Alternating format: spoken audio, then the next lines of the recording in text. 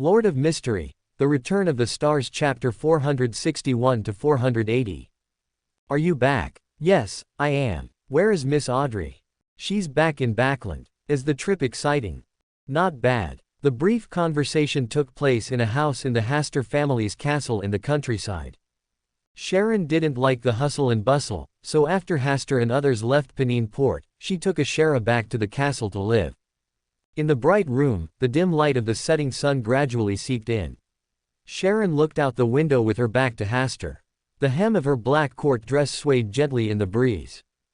After a few short words, Sharon stopped talking.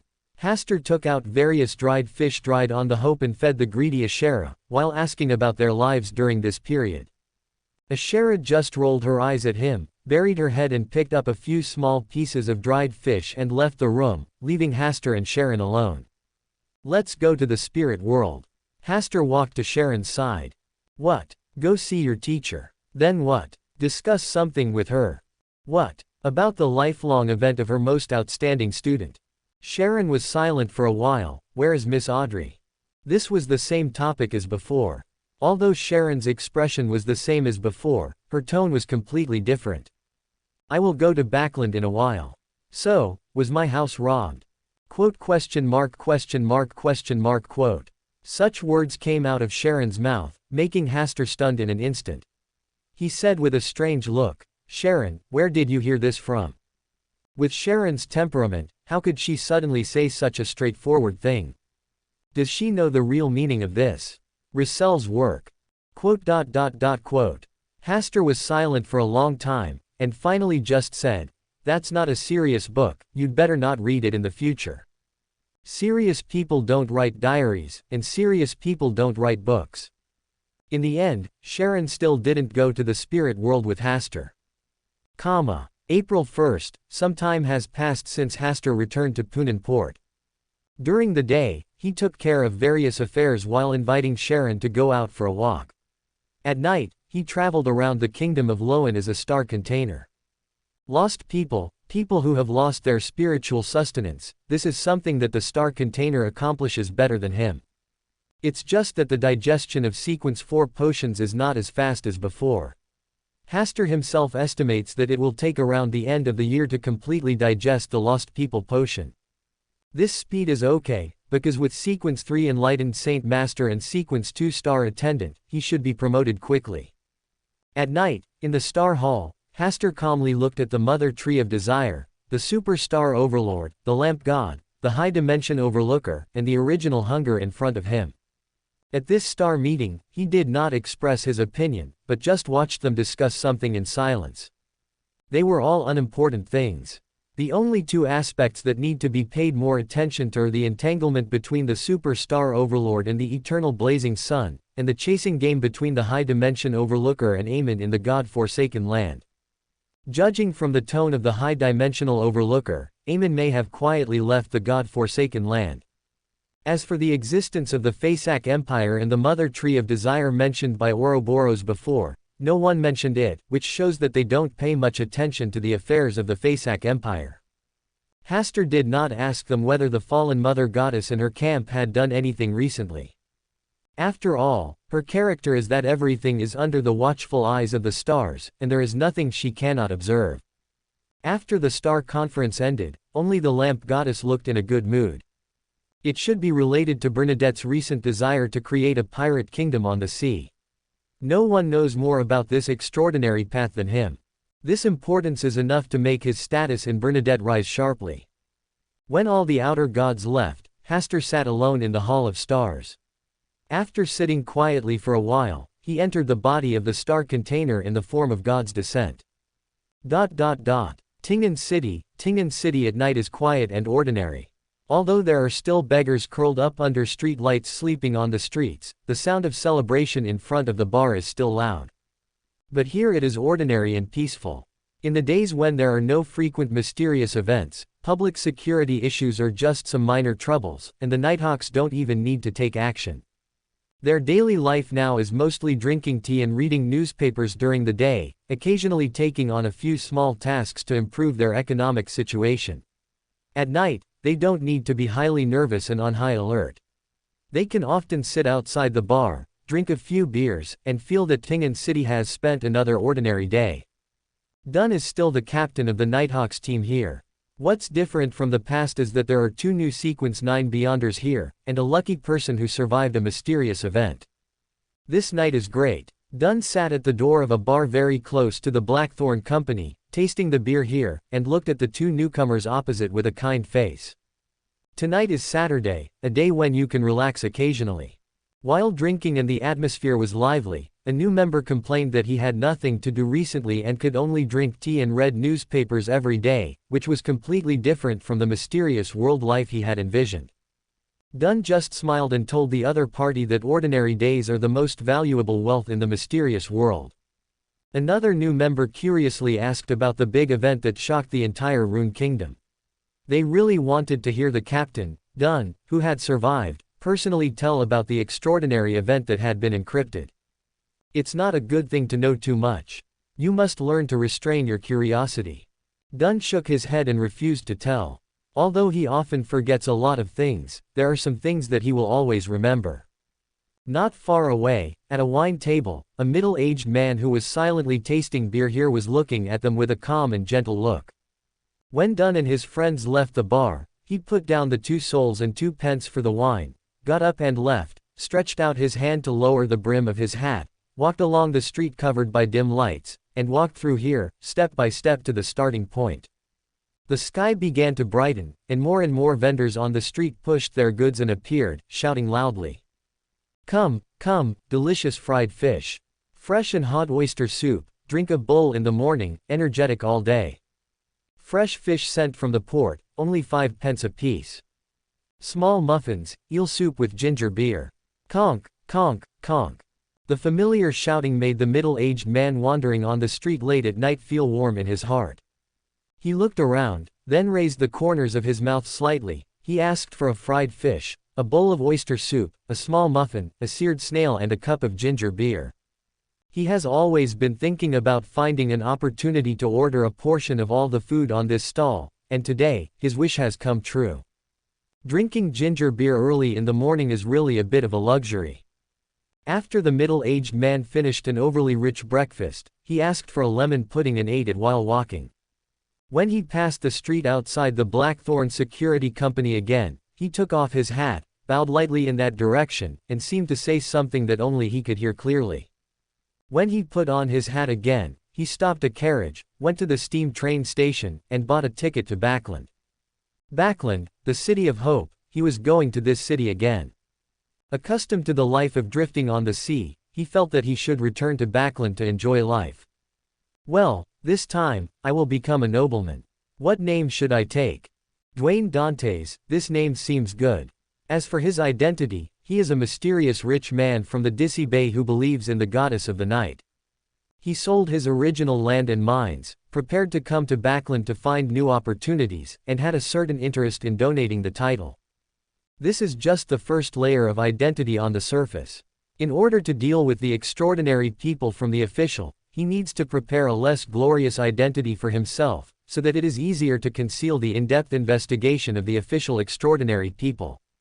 Because every rich man cannot always be above board in the process of accumulating huge wealth.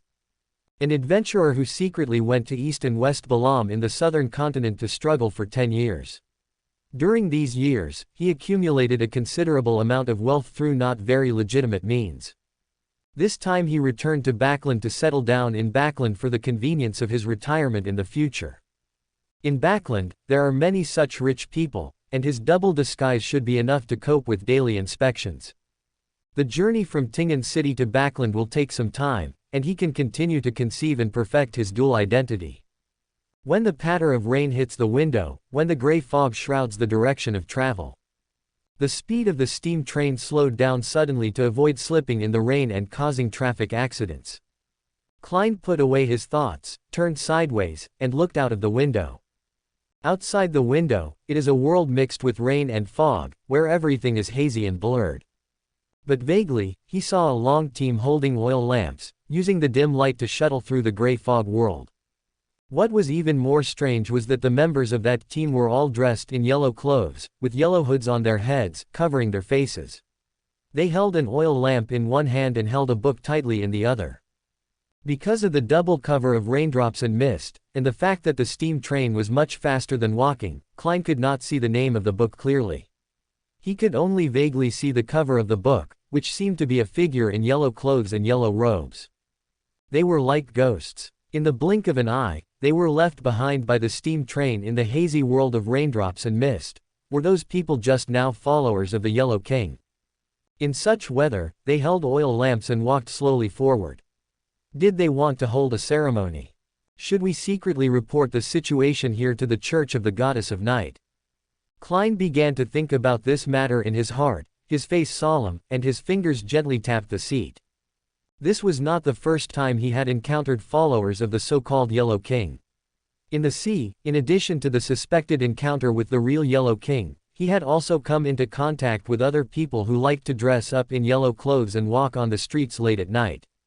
Apart from being a little weird, they did not find that they were doing anything evil. They seemed to be chasing something with a purpose.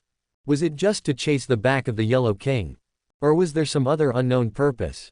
After thinking for a long time, Klein gave up the idea of reporting to the Church of the Goddess of Night.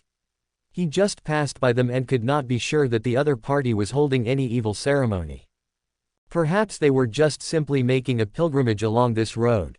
And reporting would be dangerous to expose his identity. After Klein put away his thoughts, he heard someone talking next to him. The gist of it was, believers who like to wear yellow clothes also appeared in their hometown. They usually like to appear on the streets, in bars, and in any possible places late at night. Another person continued, recently, a yellow-clothed figure has appeared in many places. That person likes to appear late at night. Sometimes he will fulfill people's wishes, sometimes he will play pranks, and sometimes he will violently destroy everything around him. But such discussions did not continue to go deeper. Most of the news they heard from others. Klein closed his eyes and squinted for a while. Woo woo woo. The bells of the steam train rang loudly, and the speed slowed down. Backland was already in front. Klein glanced at the window. The sky in Backland was still the same as before, gray and hazy, like gray pants that could never be washed clean. Compared with the blue sky of the sea, it was simply two different worlds. Klein carried a suitcase in one hand and a silver cane with gold edges in the other, and followed the crowd out of the station. Ding ling ling, ding ling ling. The pleasant sound on the street attracted Klein's attention. It was a machine with only two wheels, speeding along the edge of the road. Its overall frame was black, with some places showing the gray and white of steel. Under the dim street lights that penetrated the rain, it flashed the beauty of metal. Klein was quite moved when he saw that the bicycle he had invested in and promoted had been successfully popularized in a short period of time. In this way, the shares he had invested in bicycles before could be sold at a good price. From the future prospects of bicycles, anyone with vision could see its value and it might be sold at a high price. It often rains in Backland, and you can't use an umbrella when riding a bicycle. It seems that I can invest in raincoats next.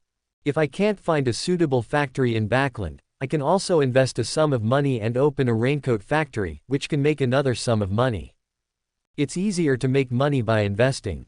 While thinking, Klein stopped a carriage and headed to the more prosperous and wealthy Hillston district. The first thing he did when he returned to Backland was to go to the bank and pay back the 1,000 gold pounds he owed Mr. Hasta to avoid embarrassment when they met in the future. He always felt that he would meet Hasta again when he lived in Backland in the future. He couldn't owe Hasta a rich man 1,000 gold pounds, right? After entering the bank and depositing 1,000 gold pounds into Hasta's account, Klein took out some cash from his own anonymous account to maintain his life in Backland. Since he separated from Hasta and the others at the port last time, he has hunted 5 well-known pirates one after another, earning a total of more than 10,000 gold pounds in bounties. In addition to selling related extraordinary items and extraordinary characteristics, he has made a lot of money. Now, his total wealth is about to reach the 30,000 gold pound mark. This is his richest time. Although he can't compare with Miss Justice, it shouldn't be difficult to be a small rich man. After all, 30,000 gold pounds should not be a small amount for Miss Justice. After saving money with great effort, it is finally worth a fraction of others. It's not easy. When night fell, in order to maintain his image as a rich man, Klein chose to stay in a high-end hotel. Just one night, it cost him 10 souls. It was really heartbreaking for him. It was not so easy for him to make money. The next day, Klein began to read the house rental information in the newspaper. It was really painful to maintain the hotel fee of 10 souls per night. In order to be close to the St. Samuel Church of the Goddess of Night, he could only set the target of renting a house in the North District. I hope my wallet is enough for this period of time. In a high-end restaurant, Audrey was booking a small courtyard to entertain Hugh and Furs to enjoy afternoon tea quietly. When Audrey returned to Backland, Hugh and Furs also came back with her. "Miss Audrey, you look very happy. Did Mr. Osta write to you again?" Since becoming familiar with Audrey, Hugh's tone has become more casual, and he often teases Audrey with Furs. "Can't I have other happy things?" Audrey pretended to be embarrassed and glanced at them. "But no matter how happy other things are, they can't make you happier than Mr. Osta's letter." Furs also joked with Hugh. "You guys." Audrey just smiled helplessly, but didn't say anything. She was in a good mood this time, not because of Mr. Osta's letter, but because her father, Earl Hall, gave her a large sum of property. The total value of bank shares plus manor real estate is about £200,000. Even among the nobles, this is a considerable amount of property. According to Earl Hall's meaning, he wanted to give her more family property before she got married, so that if she went out independently, her future life could be effectively guaranteed. The deeper meaning is that after she got married, she couldn't give her the family property at will, otherwise her eldest and second brothers would complain. Therefore, it's better to prepare the dowry as early as possible. Although she felt that it was too early to consider this matter now. From dating to marriage, there must be an adaptation period of 2 or 3 years, right? At 4 o'clock in the afternoon, Audrey and the other two came out of the restaurant. Seeing that there was still some time, the three of them, plus Susie, started shopping along the street.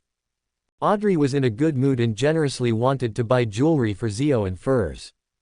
Zio and Furs didn't want to accept such a gift without reason, but just now, just after having afternoon tea, Miss Audrey easily paid the bill of 20 gold pounds.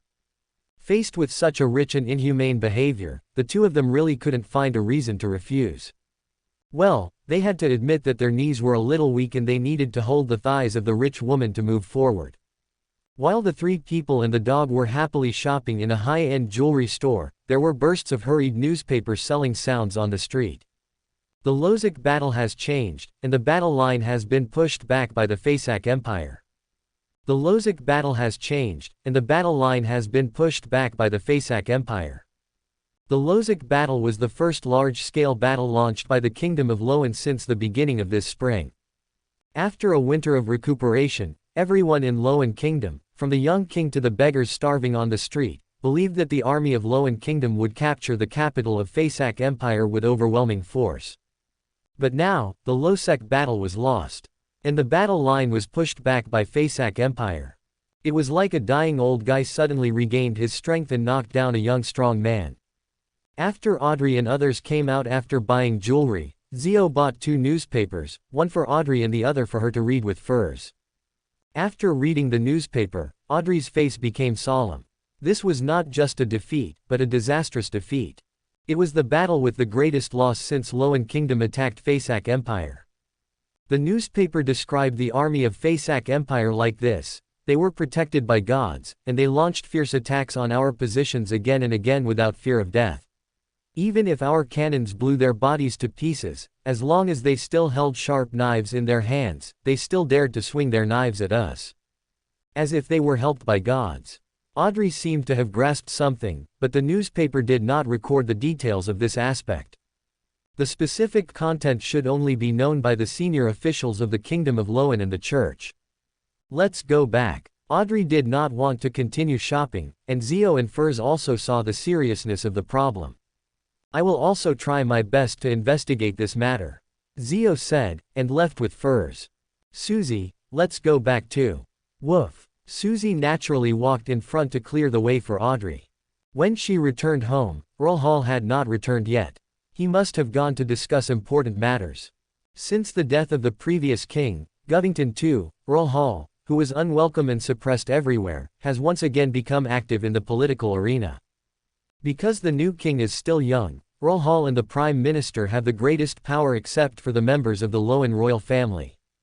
The Lowen royal family even revealed that they wanted to give Earl Hall a position as the chief minister of the kingdom, but Earl Hall refused.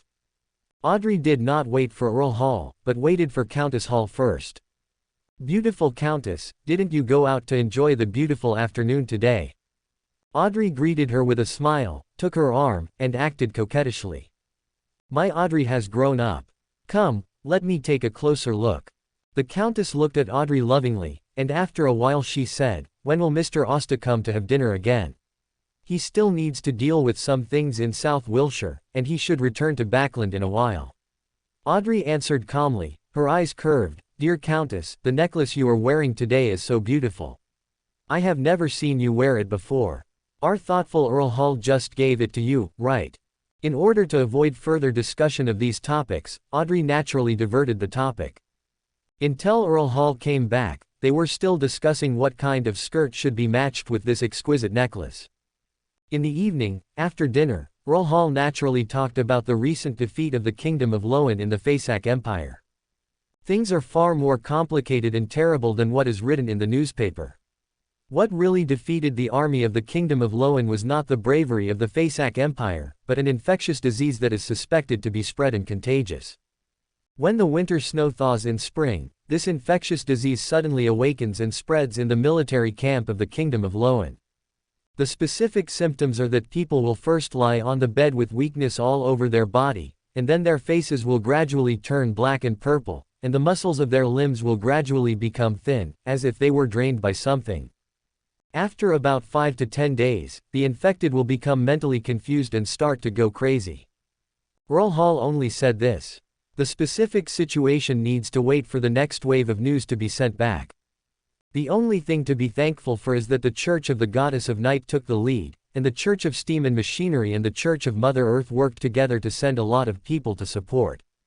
Audrey felt terrible just by listening to the description. That night, she wrote a letter and planned to send it to South Wales through Haster's spiritual world messenger.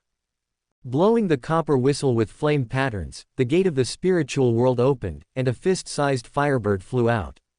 It just glanced at Audrey and Susie, and left with the letter in Audrey's curious eyes.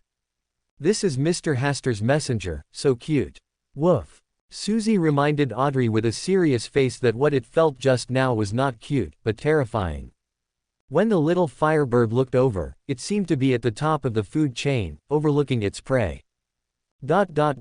Klein, who finally found a temporary place to live, received a letter from Mr. Azek.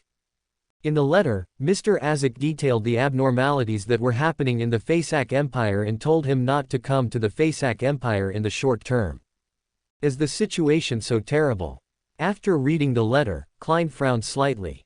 He also bought a newspaper today, which mentioned the war between the Fasak Empire and the Kingdom of Lowen. The god of war has fallen. The Fasak Empire, which has lost the protection of the gods, can persist until now and even fight back, which means that there are new gods behind it as a backing. However, Mr. Azek also overestimated himself. Is he the kind of person who likes to join in the fun? Klein laughed at himself, thought for a while, and sat at the desk. Under the dim light, he wrote a reply letter. He invited Mr. Azek to come back to Backland and not get involved in the war between the Fasak Empire and the Kingdom of Lowen, so as not to accidentally anger the gods behind them. In a world where gods can seriously affect the war situation, it is safer to stay away from gods as much as possible. Late at night, Klein suddenly woke up from his sleep. He vaguely heard a neat and erratic chanting coming from the street outside, like some kind of spell or scripture. The place where he lived was located in the southwest of the North District, about 1,500 meters away from the Church of St. Samuel. In such a place, except for the members of the Church of the Goddess of Night, other mysterious organizations should not dare to approach at will. Klein did not get up from the bed, but controlled one of his secret dolls to walk to the window sill, slightly opened a corner of the window, and observed what was happening on the street below. The eyes of the secret doll were his eyes.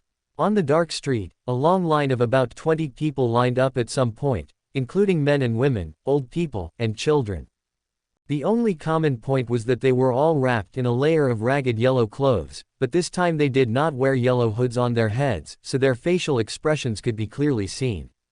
Their arms naturally fell down, gently crossed in front of their waists, bare feet, heads slightly lowered, reciting mysterious poems that seemed to come from the distant starry sky, following the leader along the street, passing through the dark street.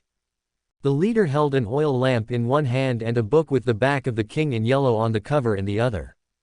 This time, Klein clearly saw the name of the book, Child of the Stars.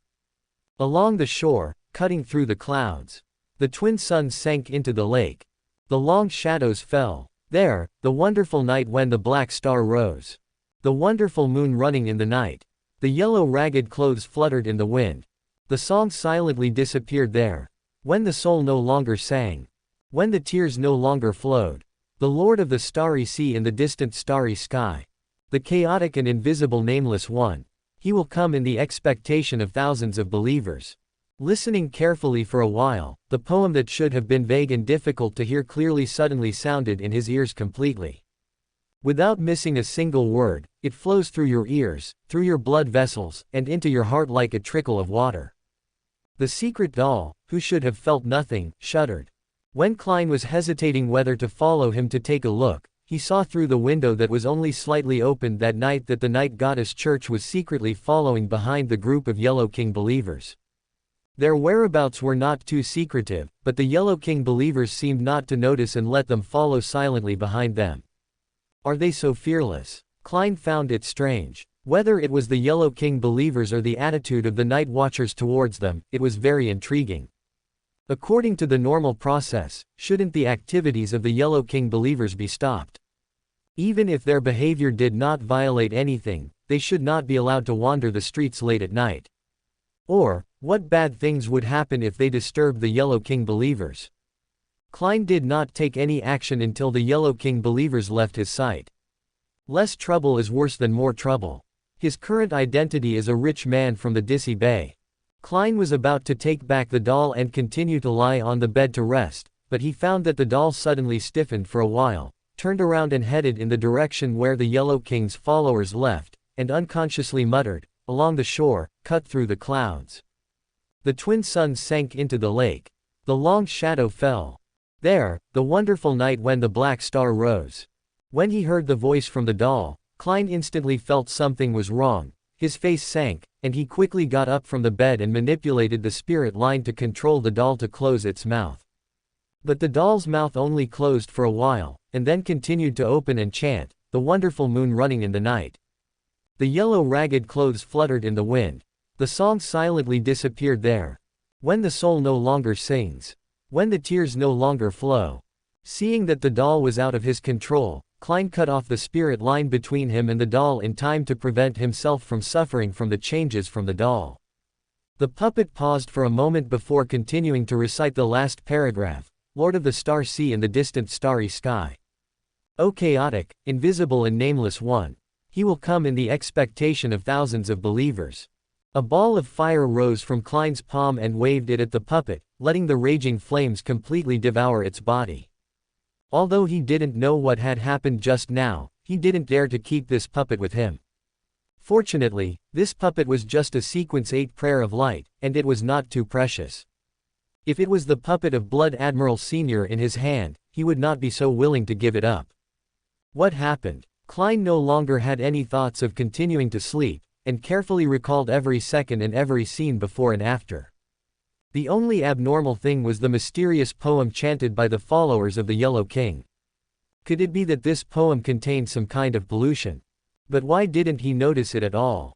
If it wasn't pollution, then people who heard the poem would be affected by some extraordinary power. Klein couldn't make up his mind, thinking that he should say hello to Will when he returned to Backland. As for the fact that it was late at night, Will should have gotten used to it. Klein lay on the bed and placed the paper crane next to his pillow. Soon, he saw Will in his dream, wearing a nightcap and blue pajamas, rubbing his eyes hard, and cheering up. "Do you know what time it is now? It's almost dawn." There are more than 2 hours before dawn. Will said angrily, this is the most worthwhile time to rest in a night. Klein did not refute, and waited quietly for Will to finish complaining before he asked about the followers of the Yellow King. You are talking about those followers. If you don't provoke them, they won't affect you. Will's face looked a little strange. But Klein talked about the problem with his secret doll just now. Will walked back and forth a few steps and said, it should be that you were discovered peeping in the dark, so the other party gave you a warning. What a sensitive perception. Klein was still a little confident in his ability to hide his breath. The followers of the Yellow King walk under the stars. It's not easy to hide in front of them. Just be careful in the future.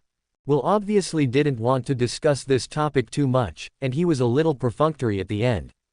What kind of organization are the followers of the Yellow King? Or are they simply a group of people with the same faith gathered together? They call themselves Yellow Monks. Their ultimate goal is to follow the Yellow King and follow him to the end of faith. Will added, they believe that there is a door to eternal life in the vast starry sky. Klein thought for a while and asked a more curious question. Why didn't the goddess of night teach them to take measures against these followers of the Yellow King? What measures? Kill them or put them under house arrest. They haven't shown any harm at the moment. Just that. I'm so sleepy. I don't want to talk to you anymore.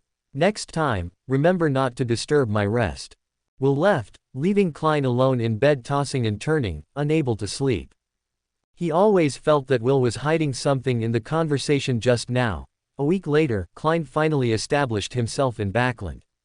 He came to the Metropolitan Household Helping Servants Association in Chaowu District through the introduction of others. Here he hired a male butler to take care of daily life and a female butler to take care of financial management. With these two butlers, he soon rented a large house not far from St. Samuel's Church. House No. 160, Backland Street, has a clean lawn and a small garden. The house is well furnished, with enough furniture, and there are many bathrooms on each floor. The annual rent is about £300. Although this is a bit different from the £160 he expected at the beginning, in order to maintain his image as a rich man, he still paid this extra money. But what he didn't expect was that renting this house was just the beginning. Under the advice of the housekeeper, he successively hired a personal valet, 2 first-class maids in charge of the bedroom, 2 second-class maids in charge of the living room, 2 valets in charge of receiving guests, a maid in the storage room, a maid in the kitchen, a maid in the laundry, a valet for rough work. In addition to these, he also needed a chef, a gardener, a coachman, a family nurse, a handyman. Then he also needed 2 carriages, one ordinary one for daily travel, and a more luxurious one to support the appearance when attending banquets. For these expenses, Klein always maintained a decent smile, and then watched sadly as the gold pounds in his pocket became less and less. Only now did he truly understand how big the gap was between his life and that of aristocrats like Miss Audrey and Mr. Hastur. This is a bright threshold, enough to keep people with insufficient financial resources out. Even if its door is always open, it is difficult for ordinary people to cross the threshold and enter the world inside the door. As Klein gradually became numb to spending money, his life as a rich man gradually got back on track. His first thing was to use his original identity to sell all his bicycle shares. There was no other way, he was too short of money. In a complex and dangerous metropolis like Backland, he had to keep some money so that he could trouble the messenger lady for help in the future. Moreover, if he wanted to sneak into St. Samuel's Church, he couldn't do without spending money.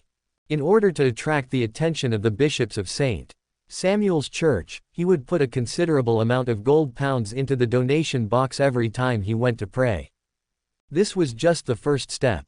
If he wanted to enter the aristocratic class, he still needed to actively participate in activities such as charity parties to show his generous and wealthy side. Klein, who finally had a little free time for an afternoon, lay on his big bed and wanted to rest for a day. But soon, there was a knock on the door. Klein had no choice but to rub his eyebrows and let the butler outside the door come in to discuss matters. "Sir, I will print some of your business cards and send them to the neighbors along with small gifts. They will observe you for a few days to confirm your situation.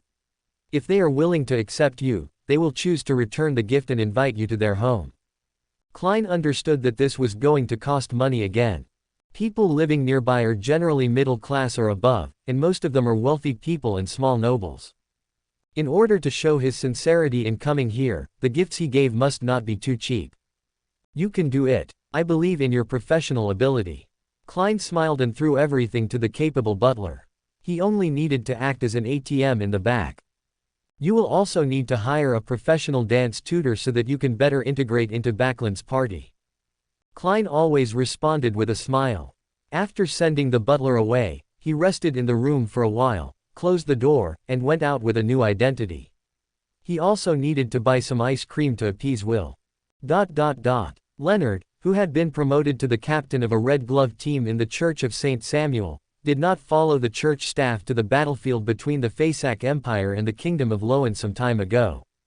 Instead, he stayed in Backlund to deal with some things that ordinary night watchers could not solve. At present, there is only one thorny problem submitted by the night watchers: how to deal with the increasing number of yellow-robed phenomena at night. On the night watchers' side, the behavior of yellow-robed monks walking through the streets late at night and praising the starry sky is generally called the yellow-robed phenomenon. At present, this yellow-robed phenomenon is gradually increasing. Basically, one will appear on the streets of Backlund late at night every 3 or 4 days. They usually just wear yellow clothes and walk through the streets late at night, chanting classic poems in a book called Children of the Stars.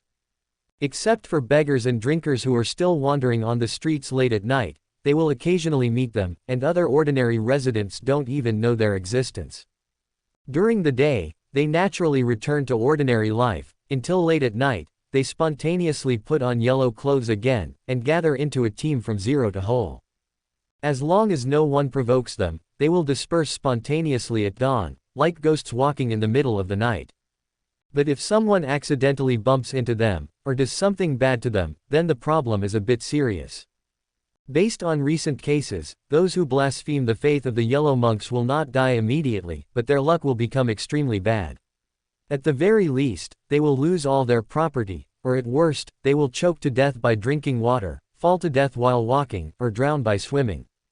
The church had thought about stopping it, but those who were sent to stop it would either be assimilated into the yellow monks or suffer the same fate as those who bumped into them. In order to prevent the situation from spreading, the night watchers chose another way to deal with it, which was to follow the yellow monks, praise team late at night and disperse those who might approach nearby. In this way, they could live in peace with each other. But with the recent increase in the number of yellow-robed phenomena, after the Fusak Empire battlefield was drawn to recruit personnel, the night watchers were a little overwhelmed to complete this task. Leonard quietly read through all the information about the yellow-robed phenomenon, and he was not curious. He clearly remembered that the Yellow Monks organization was still very mysterious before, and they were used to hiding in the dark. But now, how come so many members of the Yellow Monks appeared? And they spontaneously walked through the streets in yellow clothes late at night. Captain, take a look at this document from the harbor. Well, you go on with your work. Leonard took the document and put it on the table. After taking a sip of refreshing strong coffee, he rested for a while before picking up the document, leaning back on the chair, and slowly flipping through it.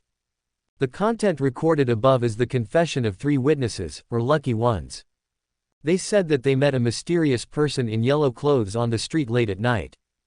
The first lucky person said that he was very nervous and scared at first. He wanted to run away but couldn't get away. He could only be attracted to the yellow figure step by step. After a brief exchange, he tried to express his wish, and his wish was indeed fulfilled. His daughter, who had been missing for 8 years and had no news, finally returned to him. The description of the second lucky person was also similar, and it was also the story of the yellow figure fulfilling his wish. The third survivor mentioned that he saw with his own eyes a friend of his who was greedy and wanted the yellow figure to fulfill his wish of having endless wealth. But in the end, he was turned into a gold coin, which was collected by the yellow figure in his palm, and then thrown into the bowl of a beggar on the roadside. Since then, his friend disappeared from the world and never appeared again. As for the gold coin, the local night watchman successfully exchanged it from the beggar, but no matter how he checked it, it was just an ordinary gold coin. At the end of this information, it was also mentioned that since similar incidents occurred, people in yellow clothes would appear on the streets from time to time late at night. Leonard finished reading the information, pondered for a while, and had a general idea in his mind. He guessed that the mysterious yellow figure who could fulfill other people's wishes, could it be the incarnation of the Yellow King followed by the Yellow Monks? The Yellow Monks walked on the streets late at night just to meet the Yellow King they believed in. Or, did they want to express their piety to this belief in this way? Leonard thought seriously, and at the same time took out a pen and paper, wrote and drew, summarizing his thoughts. At night, Leonard returned to his room, took a bath and lay on the bed, and subconsciously asked the old man about his opinion on this matter. No opinion. Old man, aren't you usually good at long speeches? Why can't you do it today? Leonard said teasingly. The unknown is the most terrible thing. Do you really know the details of the King in Yellow? Before Leonard answered, a mocking voice came from his heart. Do you really want to know? No. Cherish life and stay away from the unknown. Leonard's answer naturally emerged in his mind.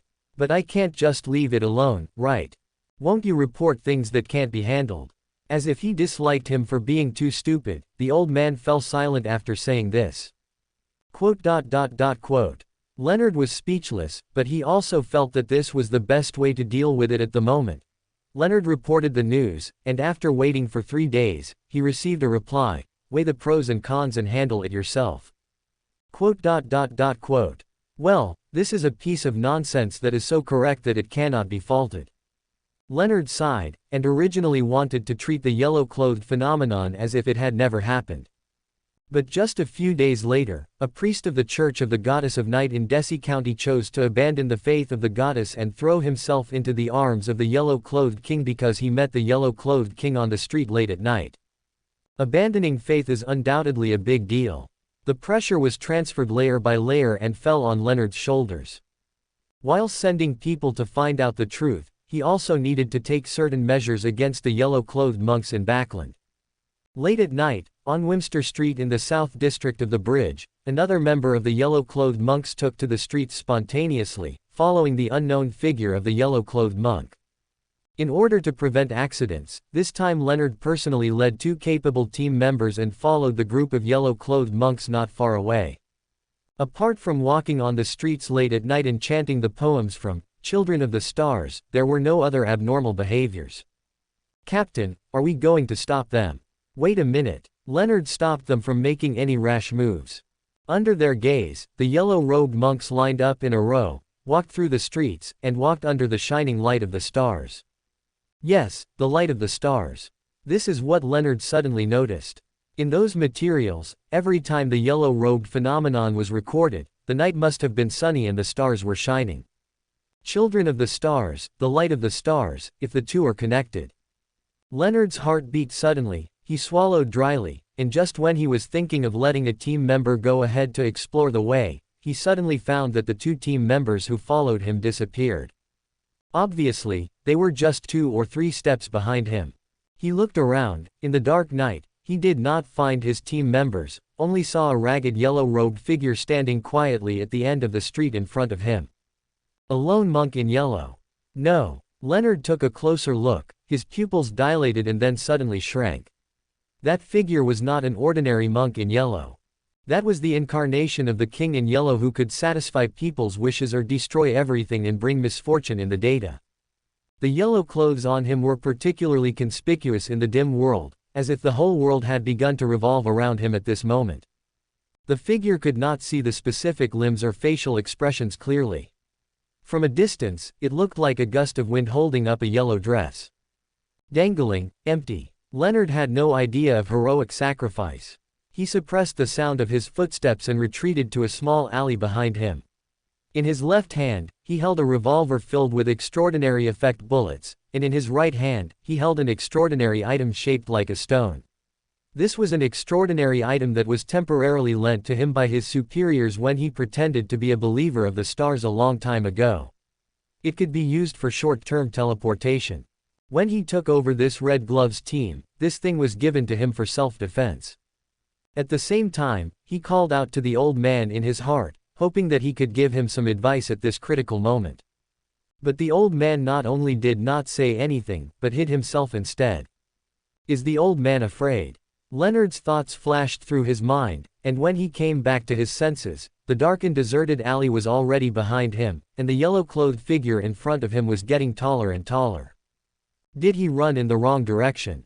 No, it was the incarnation of the king in yellow that distorted the space around him. He tried to activate the extraordinary item in the palm of his right hand again, but there was not even a ripple in the space. It seems that I can't run away tonight. Leonard stuffed the thing into his pocket and changed from holding the gun with one hand to holding it with both hands. He did not run back, but faced the figure in front of him who was suspected to be the incarnation of the king in yellow.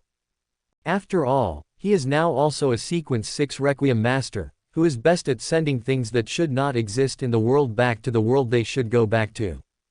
As Leonard gradually approached the incarnation of the Yellow King, his mind unconsciously became empty. His hands that were originally holding guns also put away the guns. His eyes were slightly dull. After a moment of hesitation, he walked to a seat placed outdoors in a cafe on the street and sat down quietly.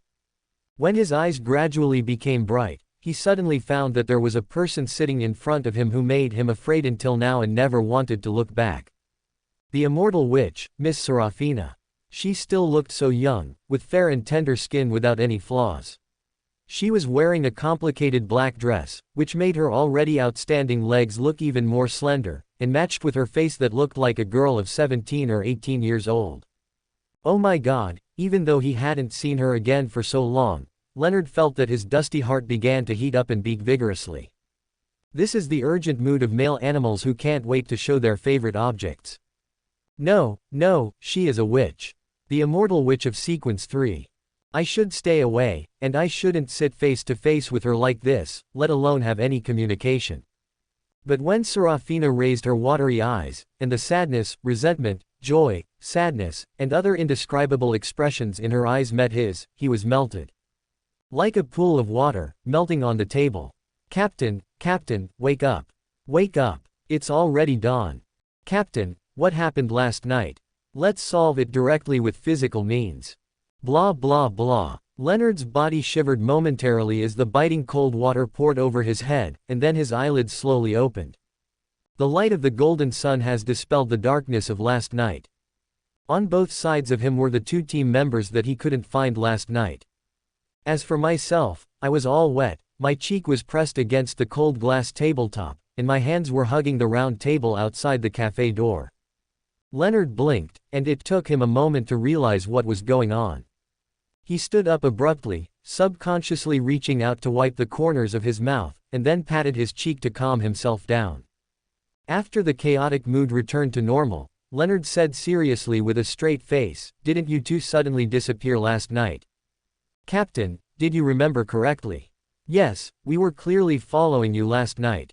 The different words are completely inconsistent with the memories that still remained in my mind. Soon, Leonard got a different version of the story from these two players.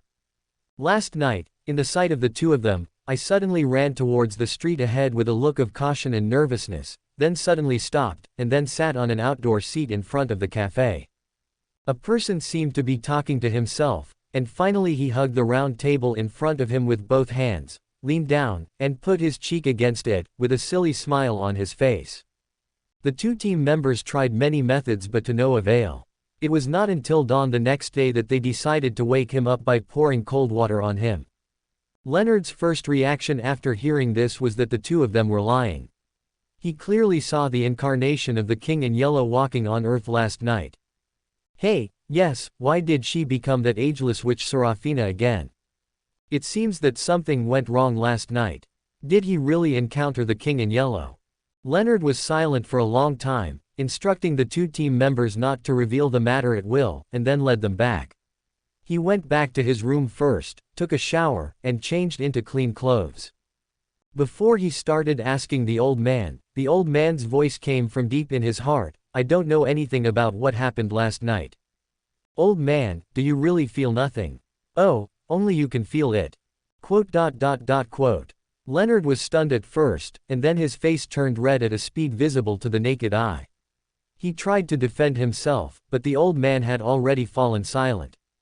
Comma. Good news, the Republic of Intis has declared full war on the Fasak Empire. The Kingdom of Fenaport, Segal, Lemberg, Masi and other countries have also declared war on the Fuzak Empire. Breaking news, big news, the kingdom's army has retaken the Losek front and is advancing towards the capital of the Fuzak Empire. On the streets, children selling newspapers quickly sold out all the newspapers in their hands. Klein, who was shopping, also bought a newspaper. After reading it calmly, he handed it to a middle-aged man next to him who wanted to buy the newspaper but was unwilling to pay for it. Seeing that the time had reached noon, Klein found a higher-end restaurant, Intis Sorenzo Restaurant, which had the purest Intis dishes, and many of its signature dishes were sold under the name Russell. Soon, a waitress came over and introduced them to the features of this restaurant. Each dish can be ordered à la carte, or the restaurant can customize a set meal for you. The set meal is divided into 3 sizes, 8 gold pounds, 12 gold pounds, and 15 gold pounds. Klein smiled and chose the 15 gold pound package. When he spent the money, he could feel the envious eyes of the waitress. At the same time, he also received a delicious meal commensurate with the money. Black truffle porcini, Intis-style foie gras, braised de Goya beef short ribs. Well, that's the delicious taste of money. Welcome to Fanfic Audiobook, your go-to place for immersive audiobooks.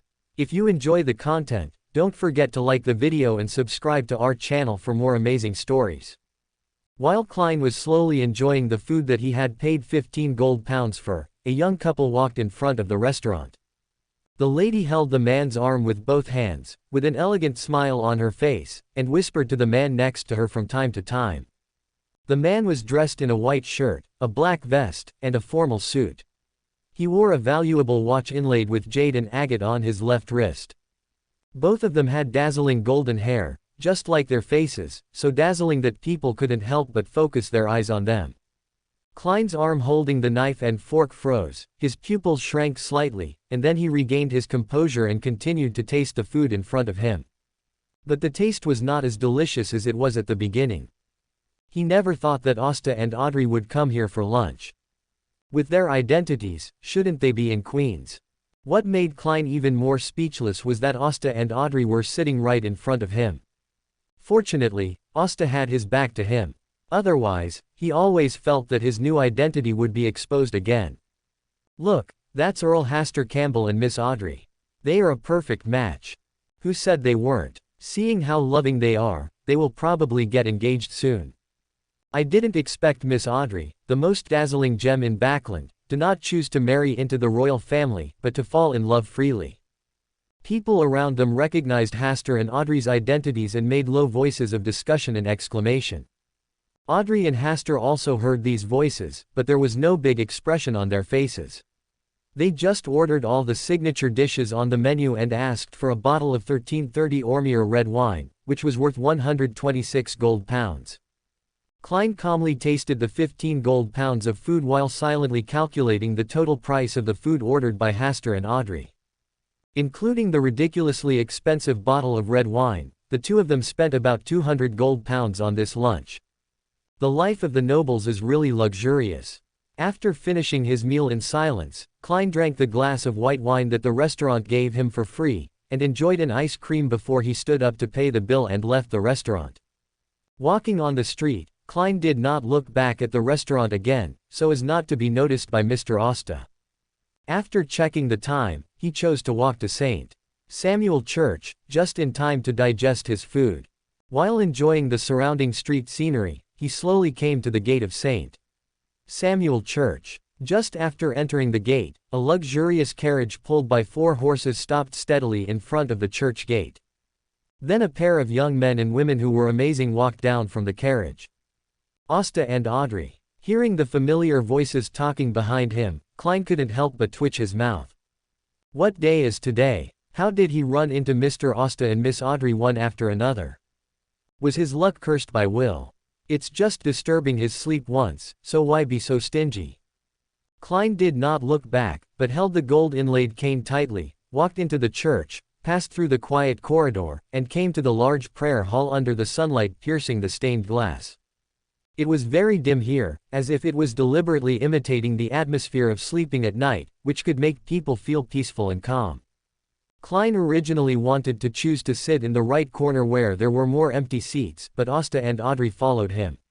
He thought about it and chose to sit in the middle of the crowd. He leaned on his cane, took off his hat, and began to close his eyes and pray attentively. When he closed his eyes, Asta and Audrey, who entered the prayer hall one step later than him, chose the right corner.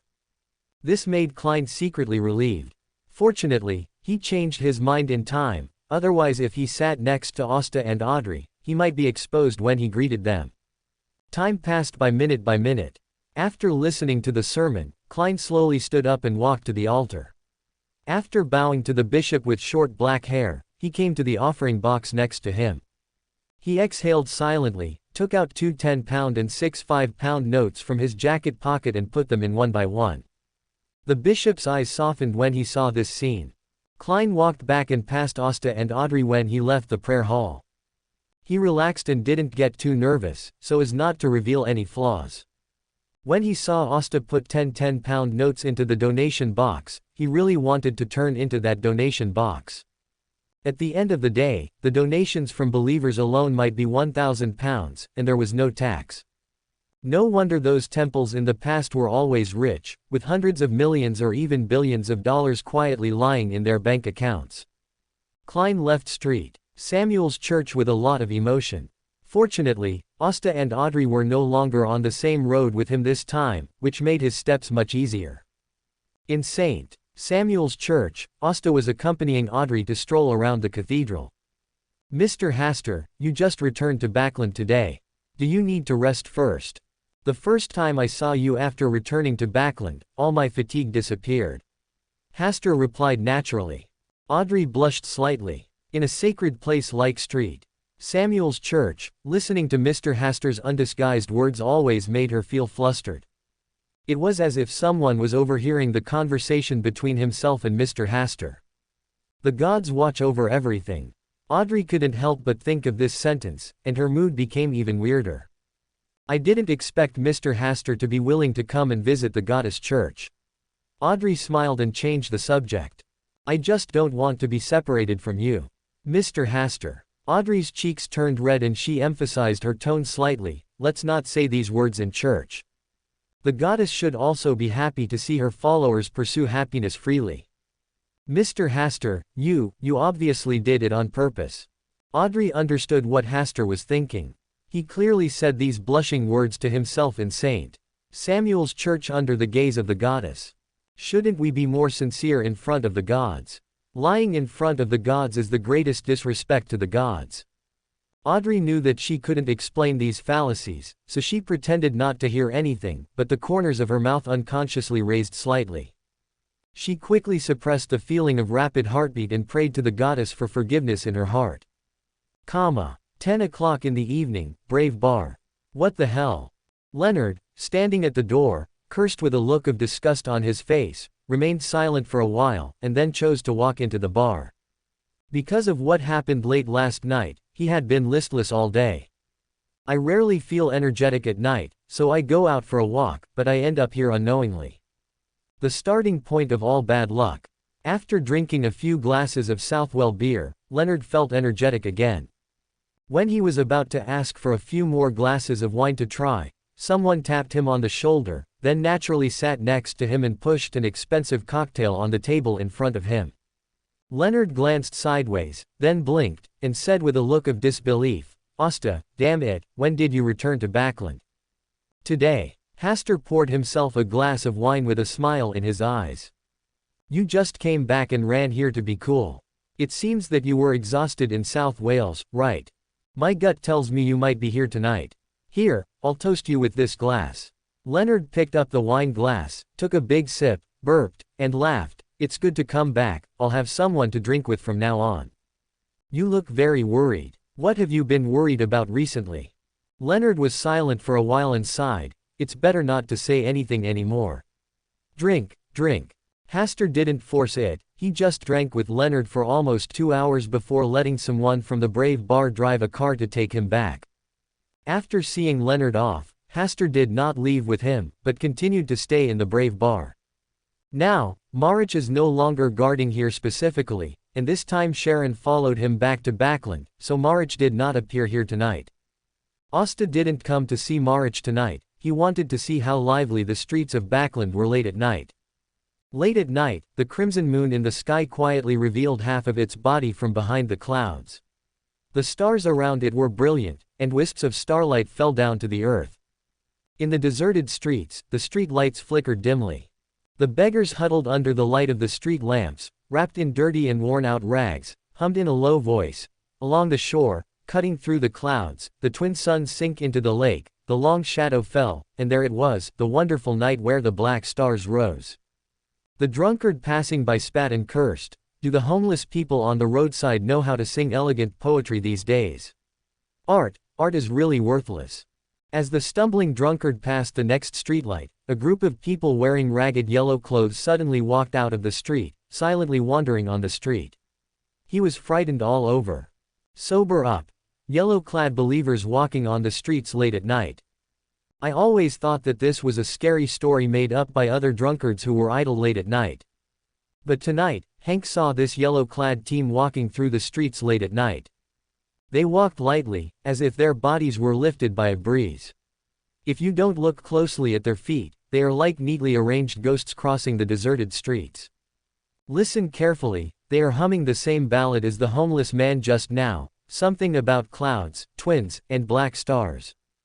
Hank froze all over, his heartbeat was much faster than usual. He thought something would happen, but those people just walked calmly through the street beside him, without even looking at him. He could only watch their backs disappear into the deserted, dim street. What a group of weirdos. He only dared to complain a few words in his heart, and continued to walk forward a few steps, his mouth unconsciously humming the unknown ballad. Along the shore, cutting through the clouds, the twin suns sink into the lake, long shadows fall, and there, the wonderful night when the black star rises. At first he didn't think it was wrong, but after singing the whole ballad, his face turned pale, and small and dense cold sweat broke out on his back. He shivered all over, looked around with fear, and then spread his feet and covered his head to run in the dim world. When Hank's legs were sore, panting, and almost tripped by the ground, he stopped running, raised his head, and saw another ragged yellow clothes. Unlike before, there was only one person in front of him, a figure, not a group of yellow-clothed believers. He suppressed the fear in his heart, took 2 steps back, leaned against the cold wall, and lowered his head silently, wanting to wait for the yellow-clothed believer in front of him to pass through this street first. But the ragged yellow-clothed figure gradually walked towards him, without making any sound or talking, just passing by him. Hank seemed to smell some special fragrance, and his hands uncontrollably pinched his neck, and his face gradually turned liver-colored. His legs were struggling hard, but his hands were pinching his neck tightly, getting tighter and tighter. Finally, he stopped struggling, and the whole person collapsed along the wall, dying in the middle of the night. This scene frightened the homeless man under the street lamp not far away. He quickly retracted his sight, curled up, and kept shaking. The ragged yellow-clothed figure who passed by him did not come, but was still floating on the street in the middle of the night. Finally caught you. A sharp shout came with multiple strong lights. The ragged yellow-clothed man shrouded in the strong light remained silent, and a fully equipped member of the mechanical heart was already surrounding him. We have been keeping an eye on you for a long time. In the past half-month, you often come out in a yellow coat to commit crimes late at night. Johnson 14 days ago, Old Patton 8 days ago, Hank today, you have killed 3 people in succession. Faced with such accusations and siege, the figure in ragged yellow clothes showed a little panic on his face, but he snorted coldly, "Do you want to blaspheme the great king in yellow?" Bullshit. We have found out your identity, Stephen Pat, a criminal who was just released from the dock area last April. You were arrested and imprisoned for theft. You were originally sentenced to 10 years. Later, someone paid to help you smooth out the relationship and reduce the sentence, so that you only stayed in prison for 2 years before you came out. After you came out, you have been wandering around the dock area and the southern part of the bridge. You currently live in the 3rd bridge hole along the downstream river of the Backland Bridge. A member of the Mechanical Heart explained Stephen Parker's origins clearly. Stephen Parker, whose true identity was revealed, finally panicked, but he still roared fiercely, "I am the master of the black stars, I am the direction followed by all faiths, I am the yellow." Before he finished the last sentence, he was like a pile of loose sand, melting on the spot, leaving only a ragged yellow robe to prove that a person had stood at this position just now. The two members of the Mechanical Heart took the courage to get closer and saw that there was only a pile of white bone powder inside the yellow robe. Under the illumination of the light in their hands, the bone powder flashed crystal white. Suddenly, a gust of wind came, swirling, blowing the pile of bone powder on the ground. The yellow robe was also blown up by the wind, filled with bulging, floating higher and higher, and then drifted into the dark world and disappeared. Is this just a simple coincidence? From Stephen Parker's bizarre death to his ashes being scattered, it was just a few short moments. The four members of the Mechanical Heart present all felt creepy, as if there were pairs of eyes staring at them in the shadows of the night. Was this a divine punishment for impersonating the King in Yellow? Or were there members of the Yellow Monks who were secretly unable to tolerate someone impersonating the gods they believed in, so they took action to defend the majesty of the gods? Let's go. The four members of the Mechanical Heart did not stay here for long. The prisoner had died under their watch. As for why he died and who secretly shot him, it was no longer important. In the mysterious world, extraordinary phenomena are always difficult to understand. The beggar huddled under the street lamp, with a look of horror on his face and trembling all over. He hugged his only tattered coat and ran along the street towards the nearby church. Late at night, the night with the stars shining down gradually returned to its usual tranquility. The meandering water of the Tussock River is not too clear, but it still reflects the light of the stars in the sky. Backland was filled with fog in the middle of the night, and dim yellow light balls floated on both sides of the dark streets in the distance, resembling the small lights on the forehead of a lanternfish. The monks in yellow clothes who originally walked on the streets late at night walked along the dark streets to the east bank of the Tussock River. They extinguished the oil lamps in their hands, and only the starlight fell, illuminating everything. Figures lined up along the river, devoutly looking at the stars in the river, and began to worship and praise. The whole process was orderly, and except for the faint sound of chanting, there was still silence here. On the river, there were no other obvious changes except for the water plants that couldn't stop shaking due to the flowing water. There was no disappointment on their faces, they were used to days like this. No one knows whether the gods will come or how they will come. The devout worship and praises just to add a little chance.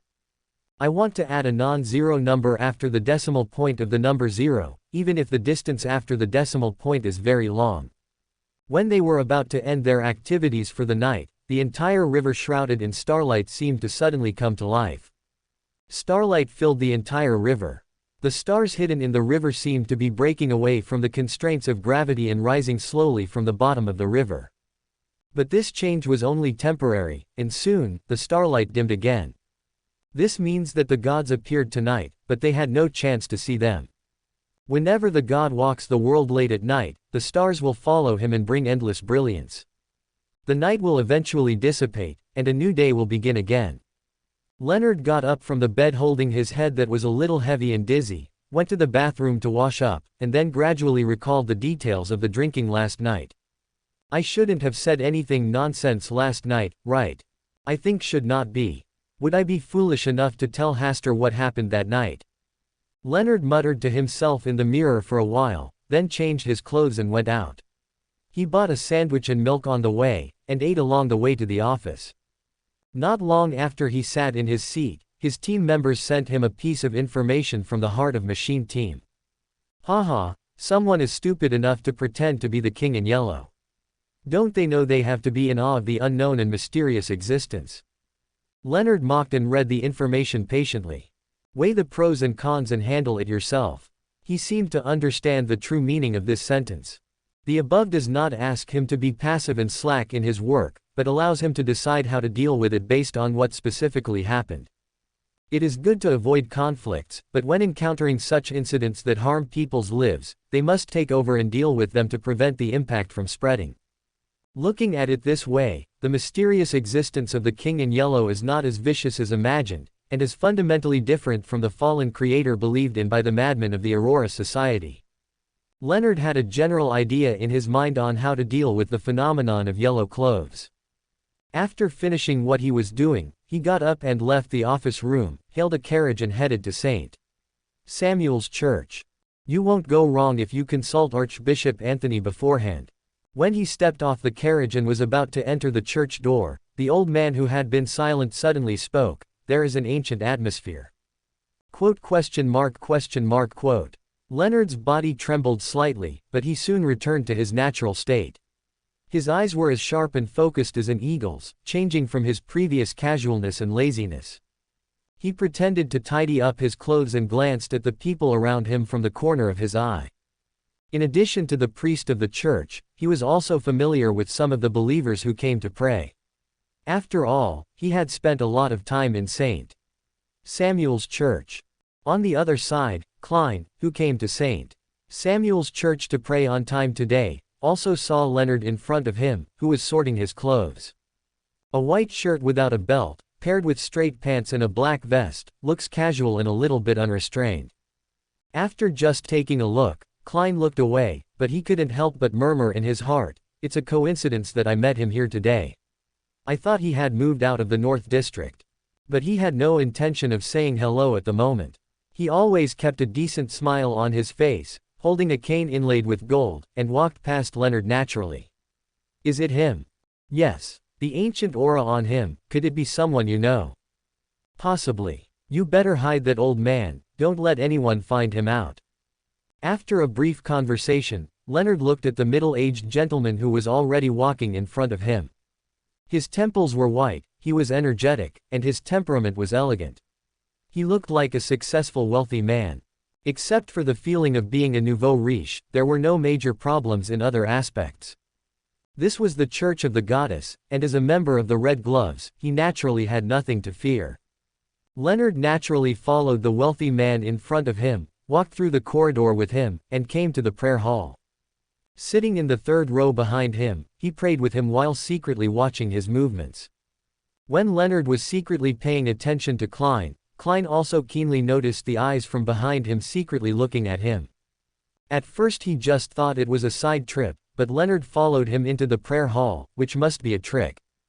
Based on his understanding of Leonard, this guy did not have such a devout belief in the goddess. The reason why he followed in was probably to observe himself better. With Leonard's ability, he certainly couldn't see the abnormality in himself, but if he added an old grandfather, it would be hard to say.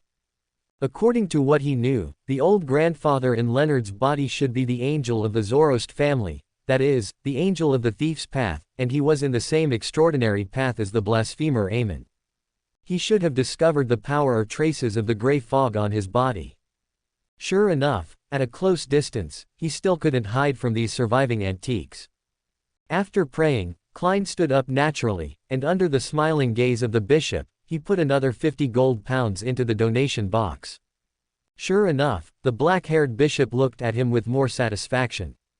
After donating the money, Klein followed the crowd out of the prayer hall. Leonard didn't follow him to avoid being discovered.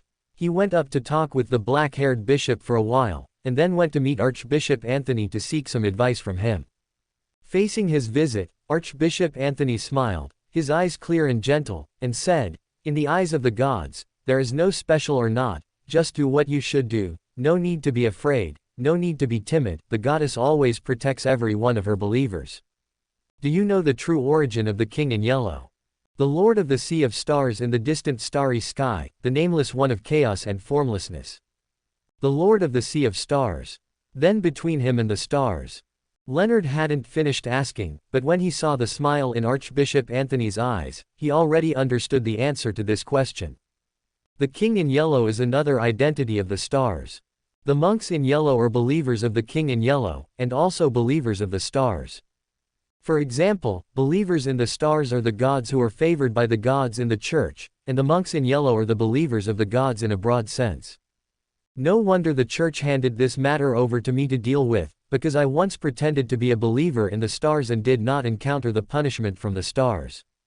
This means that the stars still have a certain degree of goodwill towards him in a certain sense. At least they will not be like Stephen Pat last night, who directly scattered his ashes. When he left St. Samuel's Church, the middle-aged gentleman had disappeared. After searching the square for a while without any results, Leonard temporarily left here. In the next 2 days, Leonard would come here at the time of prayer in St. Samuel's Church. Once again, he waited for the suspicious middle-aged gentleman in the square in front of the church gate, which made him wonder if this middle-aged gentleman disguised as an ancient existence had any ideas about St. Samuel's Church. Just like when he was in Tingen City, Zangwill deliberately planned accidents and conspiracies in order to be promoted to a higher sequence. He couldn't let this happen again. After all, Archbishop Anthony was still very good to him. At this moment, a white dove flapped its wings and flew over, and it seemed to have a note in its mouth. Leonard frowned and stretched out his hand, watching the white dove accurately throw the note in its mouth into his palm, and then flapped its wings and flew away. He first glanced around with caution and doubt, and then opened the note, only to see 2 words written on it. Zoroaster. Parasite. Leonard's pupils suddenly shrank, and the hairs on his body stood up, as if he had suddenly come to 1,000 miles of frozen winter in the hot summer. That gentleman saw through the secret in my body. As expected of an existence with an ancient aura, he might really be one of the undead monsters left over from the 4th epoch. He wanted to warn himself in this way, so that he would not interfere in his affairs again. At the same time, he also made himself cautious. If he chose to report the matter, the old man hiding in his body would also not be able to hide it. Old man, I retreated this time for you. Leonard crumpled the note and sighed. This time the old man did not attack him, but whispered, someone familiar. Who could it be? No matter who he is, at least he has no ill will towards you or me now. Leonard looked much more relaxed, glanced at the flying white doves in the sky, and then left the square. At this time, 100 meters away, at the intersection of Pestfield Street and other streets. In a 4-wheeled luxury carriage, Klein leaned back against the wall and slowly closed his eyes. The note he had just sent was naturally a warning to Leonard, so that he would not really come to investigate him and cause unnecessary trouble. It was also a reminder to Leonard about the grandfather in his body. Seeing that Leonard had left the square, Klein was about to lower the curtain of the carriage when a white dove flew back with its wings flapping. It was the white dove he had sent to deliver a letter to Leonard before. It also had a note in its mouth. Such a discovery made Klein's heart alarm bells ring, and he clenched his cane, his eyes full of vigilance. Obviously, he had been very careful, and even Leonard could not find his location for a while, so how could he be discovered by others? Moreover, the same white dove sent him a note. Klein was silent for a while, but he still reached out his hand to catch the note in the dove's mouth. After the dove flew away, he lowered the carriage curtain first, then opened the note and read it. There were also 2 words written on it. Klein Moretti. Exquisite performer. Klein was so scared that he almost stood up when his original identity was directly exposed. Such words meant that the other party knew everything about him, and even his every move might be under the other party's observation. An unprecedented panic and uneasiness enveloped him. Fortunately, his psychological quality was greatly improved after the adventure on the sea, and he was not so panicked that he couldn't think. Where did he go wrong? Who was the person who secretly passed the note to him? What was his purpose in doing this? The question that Klein had been thinking about hard finally had an answer when he saw the back of the note. On the back of the note, there were 2 sentences. Mr. Klein, how are you these days? Welcome to 12 King Avenue, Queens, at 7 p.m. this Saturday to attend a charity gala for the protection of magical creatures. Klein read these 2 sentences silently and felt that his body was about to break apart. After a long time, he looked complicated and sighed heavily. Mr. Asta, you are really good at playing. Just through these 2 sentences, he knew that the initiator of this surprise was Mr. Asta. Because among the people he knew, only Mr. Asta and Miss Audrey lived in Queens, and they were the only ones who met him recently. Miss Audrey was Miss Justice, who represented justice. She would definitely not use such means to notify him to attend a charity gala. Only Mr. Asta, who has always been mysterious and difficult to pry into his purpose, would do such a thing. And I am afraid that only he can know so clearly what he really looks like under the mask of the faceless man. But, if you are not a big-hearted person, you may have been scared to death when you received this kind of surprise. Especially the fact that he had pretended to be profound and pointed out his true identity before, which really made him feel scared. But then again, where did he reveal his flaws this time? Could it be that he only needed to see me once to completely see through the disguise of the faceless man? What kind of eyes would that be? It was even more powerful than a 24K pure gold dog's eyes. Klein couldn't help but complain a few words in his heart to express his feelings at the moment. As for this charity gala for protecting magical creatures, he would naturally attend it. This would help him further integrate into the upper class of Lowen and greatly shorten the time he would play the role of a rich man.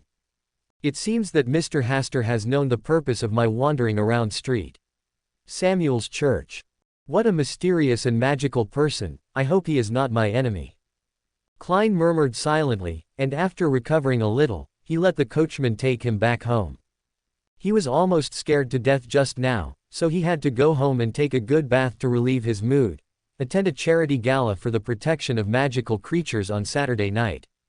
When Leonard returned to the office, he received an invitation from Hasta.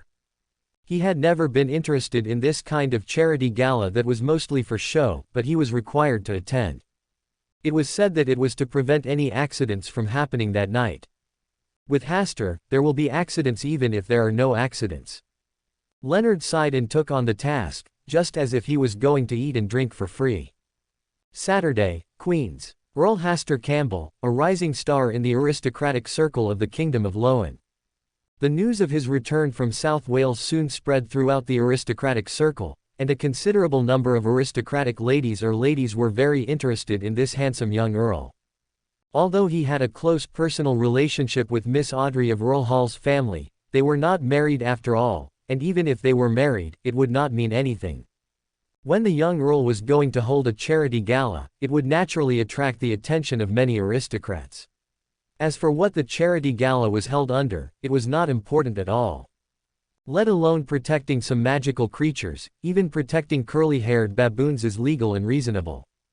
Outside the luxurious villa at No. 12 Kings Avenue, there are already many luxurious four-wheeled carriages parked, and even many members of the royal family have come.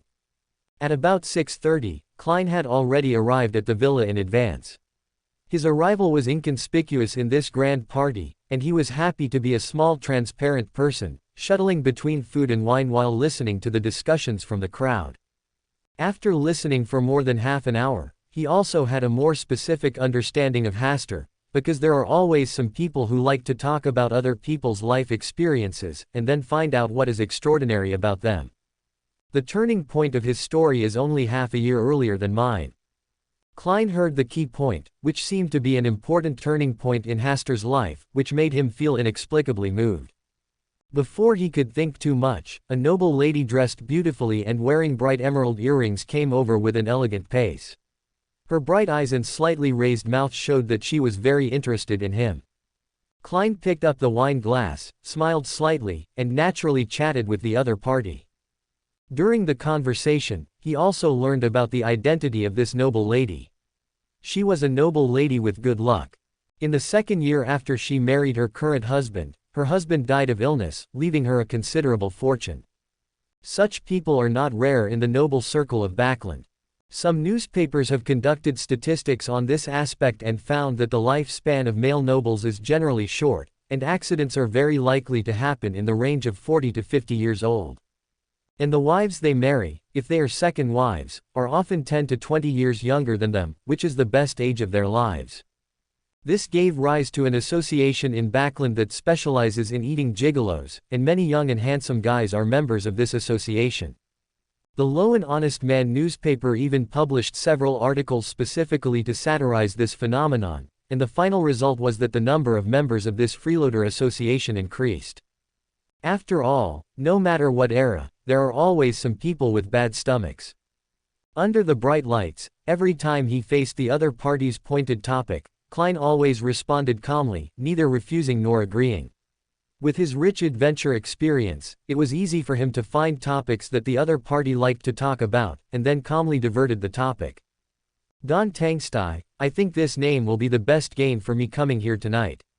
Madame Lisa gave Klein a meaningful look and left.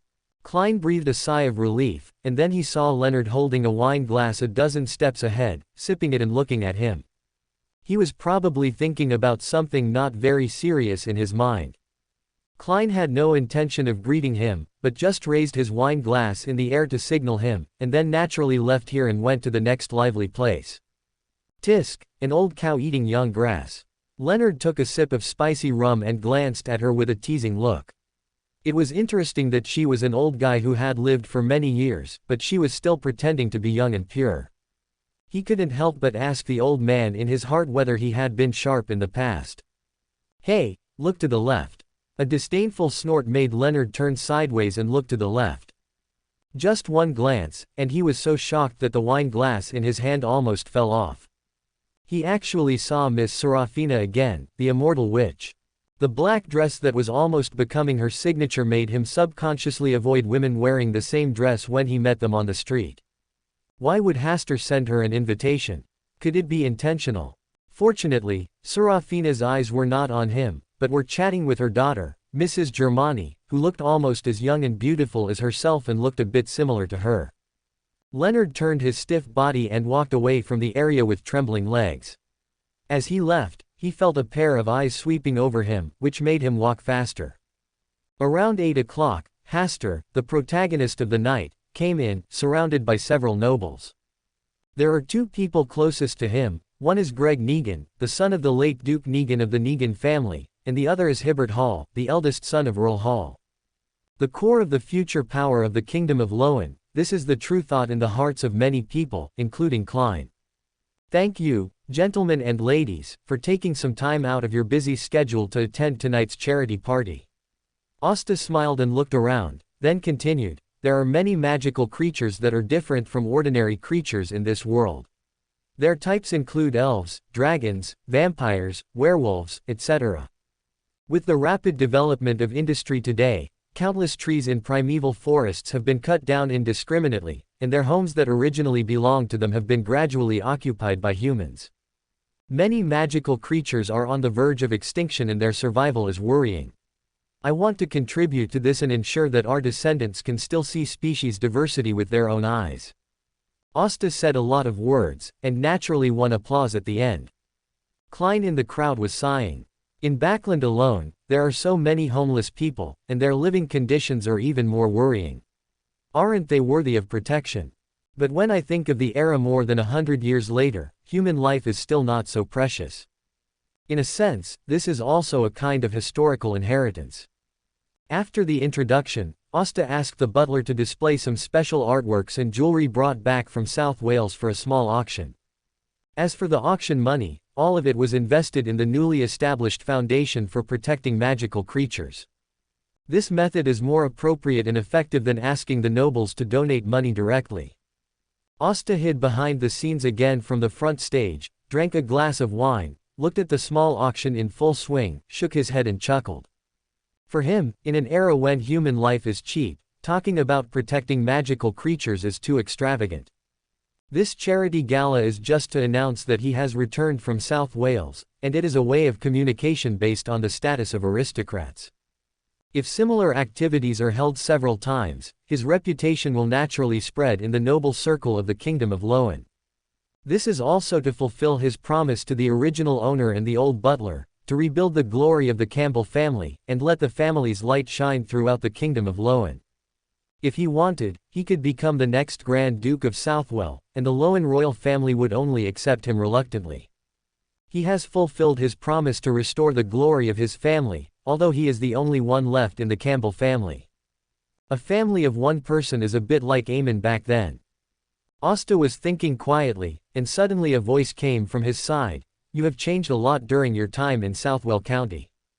He looked sideways, and the person who spoke was Mrs. Germani with a complicated expression on her face. Asta was very disgusted and hated Mrs. Germani, who looked beautiful and had a proud figure, at first, but she didn't do anything to him after all. Mrs. Germani, Long time no see, how are you these days? What do you think? Mrs. Germani just stared at him dimly, but soon she retracted her gaze and asked casually, are you and Miss Audrey from Earl Hall's family going to get engaged this year? Quote question mark question mark question mark quote. Asta was slightly stunned, but still smiled and said, let everything take its course, we are still young. Mrs. Germani seemed to be relieved, chatted for a few more words, and then left with a brisk pace. Hibbert, who heard the conversation, came over, shook his glass, and chuckled, you are indeed still young, but you can consider getting engaged first and then getting married in 2 or 3 years. This way is very common among nobles. Hibbert, are you so impatient for me to call you brother-in-law? Of course, I've been looking forward to it for a long time. Hibbert smiled and clinked glasses with Hasta. Greg also came over after finishing his socializing, and couldn't help but teasing, I said at the beginning that you and Miss Audrey are a good match. Who is it that doesn't take it seriously on the surface, but secretly acts secretly? Just as the three of them were chatting and joking, 2 sneaky figures in the dense woods of the villa garden were pouring kerosene into the bushes in circles. When they were about to light the fire, a broom came over and swept them away like garbage. Where did the garbage come from? A maid dressed in classic black and white, holding a broom with withered yellow leaves on it, walked out of the darkness and frowned slightly at the bushes poured with kerosene. The smell was a bit strong, but fortunately it was not blown by the wind to the area in front where the party was being held. When the maid was about to take the 2 people who sneaked in to do bad things away for questioning, they suddenly pinched their necks with both hands, their eyes widened instantly, and in less than 3 seconds, they died silently. This was definitely not because they strangled their necks and suffocated to death. Because 3 seconds is too short, not enough for 2 adults to die silently. The maid walked forward, squatted down, and checked their physical condition. There was no sign of poisoning. When she tried to go upstream along the fate line of the 2 people, she felt that the fate line suddenly broke in the middle. It was like there was a sharp blade that accurately cut off the fate line of the 2 people. In the known fate, they did strangle their necks and finally died of lack of oxygen and suffocation. There are extraordinary people who are good at fate hiding behind. The maid frowned and relaxed her brows. In terms of fate, they, the yellow monks, are also very good. Although things tonight are a bit weird, as long as they are given a little time, they will definitely catch the instigator lurking in the dark. As for the bodies of these 2 people, why did the wind suddenly blow? The slightly curled black hair on the maid's forehead naturally floated towards the party as the wind changed direction. She glanced at the party area in the distance, and then looked up at the sky. Perhaps because of the wind, the thick clouds were gradually obscuring the light that originally belonged to the crimson moon and the stars under the help of the wind. Is it just a normal natural phenomenon? She thought for a while and felt that this question was too profound, so she called the gardener to let him solve the problem here. This was originally the area he was responsible for. The wind came, but not strong. For the guests who were getting into the mood, this kind of wind was just right and very cool. Hasta, who was chatting and drinking with Greg and Hibbert, also felt the wind blowing. He frowned slightly and thought, but he didn't notice anything unusual, but he felt a little uneasy in his heart. Leonard, who had been hiding from Serafina, had his muscles tensed and looked around carefully and vigilantly, fearing that the immortal witch would suddenly appear behind him. The wind tonight. Old man, you suddenly spoke, almost scared me. Leonard muttered dissatisfiedly. Soon, he found a quiet place with no one around and asked, what's wrong with the wind tonight? I don't know. Quote question mark question mark question mark quote.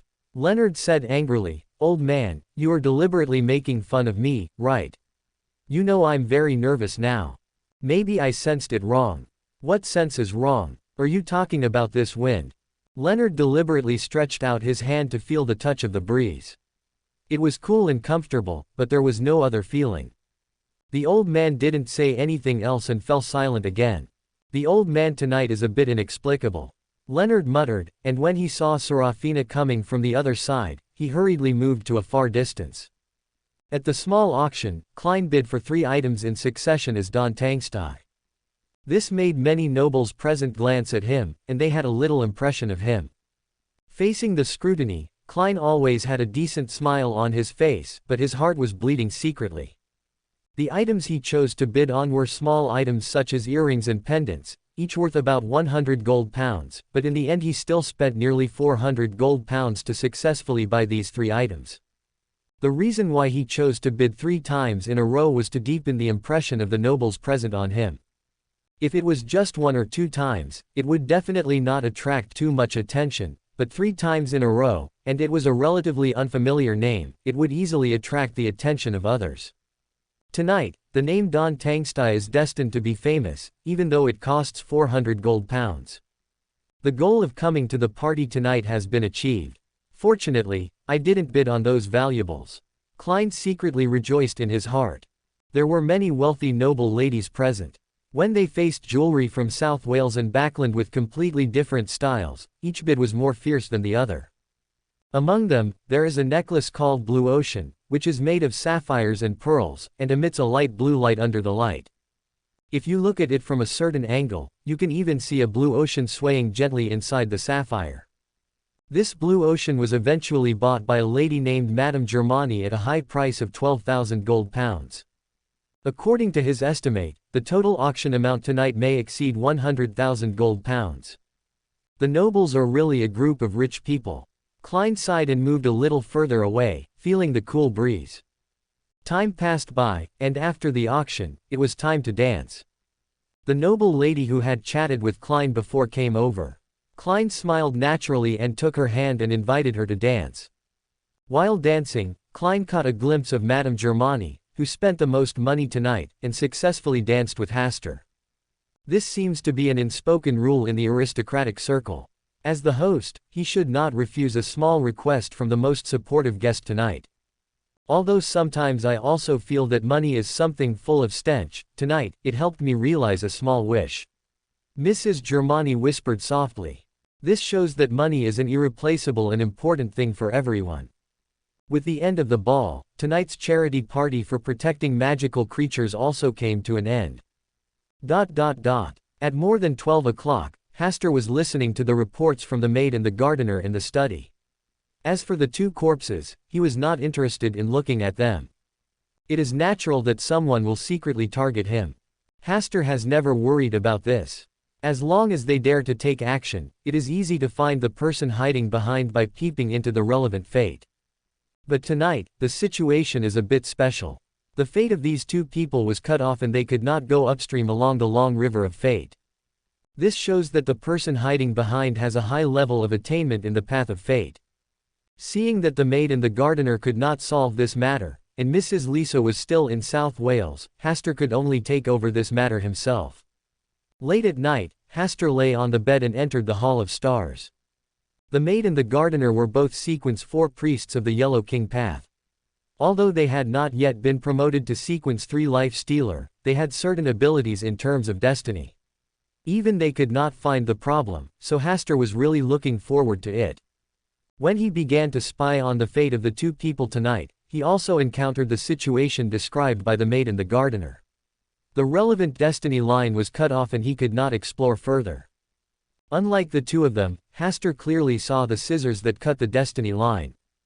Unlike the large scissors in the gardener's hand that could be used to trim branches and leaves, this pair of scissors seemed much slender and small, like a small scissors used by a girl to cut cloth or paper. The whole body of the scissors seemed to be made of silver, and strands of golden lines were engraved on the shiny white surface. The tip of the scissors was slightly winding, like 2 silver white snakes entwined together. The pin was slightly raised, and it was vaguely visible that it was the shape of a human face, a delicate female face, but with only 1 eye, born a little above the bridge of the nose. It was this pair of scissors that easily cut the fate of 2 people tonight, making their fate like a kite with a broken string, drifting away and unable to fly back. Hasta ended his fate spying, gently rubbed the corners of his eyes, and then materialized a pen and paper, and completely copied the image of the scissors he had just spied on the paper. He originally thought that things like cutting fate into pieces might be related to the Ring of Fate. After all, he had officially stood on the opposite side of himself. But judging from the style this time, it should not be his handwriting.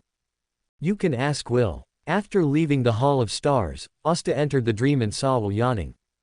Will, who originally wanted to complain a few words, suddenly opened his sleepy eyes after glancing at the scissors pattern copied by Asta, and snatched the pattern at once, and the whole person instantly became energetic. Where did you know this pattern? Is it important? Asta asked calmly. This pattern is very important. Will looked at it carefully for a while, and said in a deep voice, I have also seen this pair of scissors, just in a dream 2 days ago. In a dream? Hastur's expression became solemn. For mercury snakes like Will, their dreams are extraordinary, and they are basically a revelation of their future by fate. Yes, in a gray dream, I turned into a mercury snake, and then I was cut in half by such a pair of small scissors, and my body was bloody. After Will finished his story, his body trembled slightly, which shows that this dream is about to leave him with a psychological shadow. Is this specifically to restrain you? From my dream and your experience tonight, it can indeed cut fate into pieces. Will's face was full of worry. If it can cut fate into pieces, it can naturally cut me and that stupid snake into pieces. I think he should have had the same dream as me. Asta also fell silent. If it was true as Will said, then the owner behind the scissors must represent a certain outer god old day, and it was an outer god old day that he had never known. There are too many outer god old days entrenched in the starry sky now. The mother tree of desire and the superstar overlord are just the more powerful or more famous ones. There are many outer god old days who have not shown any trace.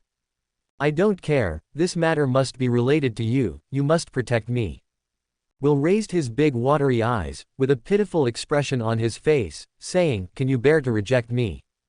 I can't bear it. Before Hastur said this, Will hurriedly said, I know you definitely can't bear it. Tisk. He has already learned to answer quickly. Hastur smiled and told Will not to be too nervous. Even if there is an outer god behind the scissors, he is now isolated outside the original barrier and has limited influence on the real world. Will and Ouroboros are both mercury snakes that symbolize fate. They have come to this point and are loved by fate. Fate will not easily abandon its followers. No matter what, you should be responsible for all this. I am just a child who has not fully grown up. Will looked like he was already dependent on you. Last time Ouroboros asked me where you were hiding. Don't scare me with that stupid snake. He must be staying with the real creator now. You really understand each other. Oh, you don't need to tell me. After talking with Hastur for a while, Will felt much better. Although he could not help much with the matter of the scissors, he gave Hastur a reminder, saying that in the next few days, the fate of Backland would fluctuate, and the fate of many people would be affected by what happened tonight. By the way, remember to ask someone to change a new flavor of ice cream. I have been eating the same one recently and I am almost tired of it. After sending Will away, Hastur also exited the dream and began to think about what Will's reminder meant. The next day, when Hastur washed up and went downstairs to enjoy breakfast, Butler Neil came in a little panic. He wanted to say something but stopped, but he waited until Hastur finished breakfast before he came over. What happened? My Lord Earl, this is what happened. Butler Neil waved away the other maids and continued. Many nobles who came to the charity party last night suddenly had diarrhea around the early morning of today and were rushed to the hospital. The number of people known so far has exceeded 20, and the number of people who are sick is still increasing. There are already many rumors that this incident was caused by food poisoning caused by attending the charity party last night.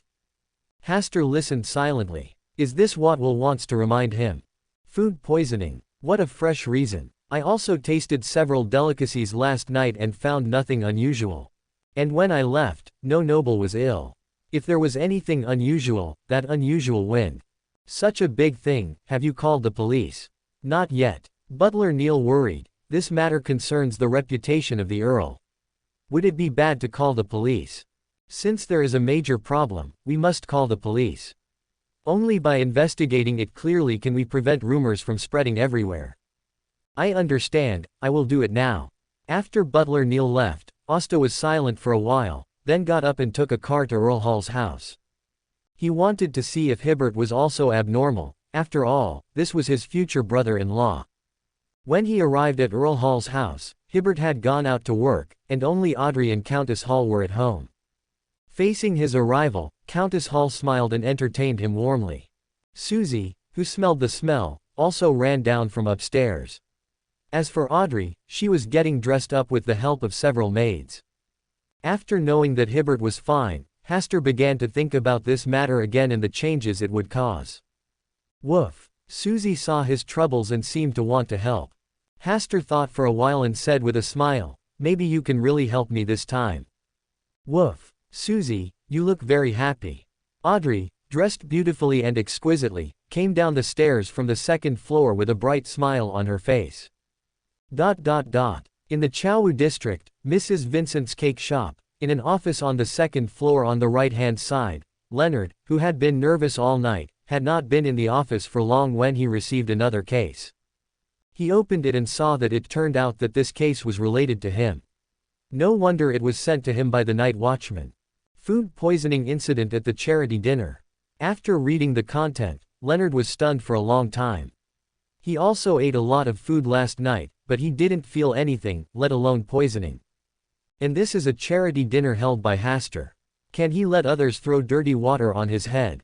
After thinking for a while, Leonard put the case on the table, with his feet on the table and his body slightly leaning back. Hasta will figure out the case himself, so he doesn't need to worry about it. The old man seemed to have noticed something last night. Thinking of this, Leonard shouted a few words in his heart, and after a while, the old man's voice came out. Poisoning is not impossible. Quote. Leonard became interested. Old man, you can't just say half of the words. Wind. After the old man left this sentence, he was completely silent. No matter how Leonard scratched his head, he could not get a response. Wind. The poison hidden in the wind. But he also smelled it. Why didn't anything happen? Also, who is behind this matter? He dared to offend even someone like Hasta, which is really courageous. In the evening, Leonard received the latest information from the night watchers. The intelligence pointed out that this incident was indeed poisoning. This was a judgment made personally by a bishop from the Mother Earth Church after examining many patients. According to the bishop, there are many seemingly non-toxic medicinal powders that can induce corresponding symptoms once they enter the human body. Making a medicinal powder that can cause diarrhea is a very simple matter for a qualified pharmacist. As for how to poison, it can be spread through alcohol, food, or through the air. Is it that simple? Leonard was speechless after reading the report. He thought he could dig out something deeper, but he didn't expect that it was just a simple poisoning case, and it was only diarrhea, and no lives were caused. Perhaps it is precisely because this is not a highly poisonous thing that people are unsuspecting. It seems that the purpose of the people behind the scenes is very clear. This is to demonstrate against Hasta.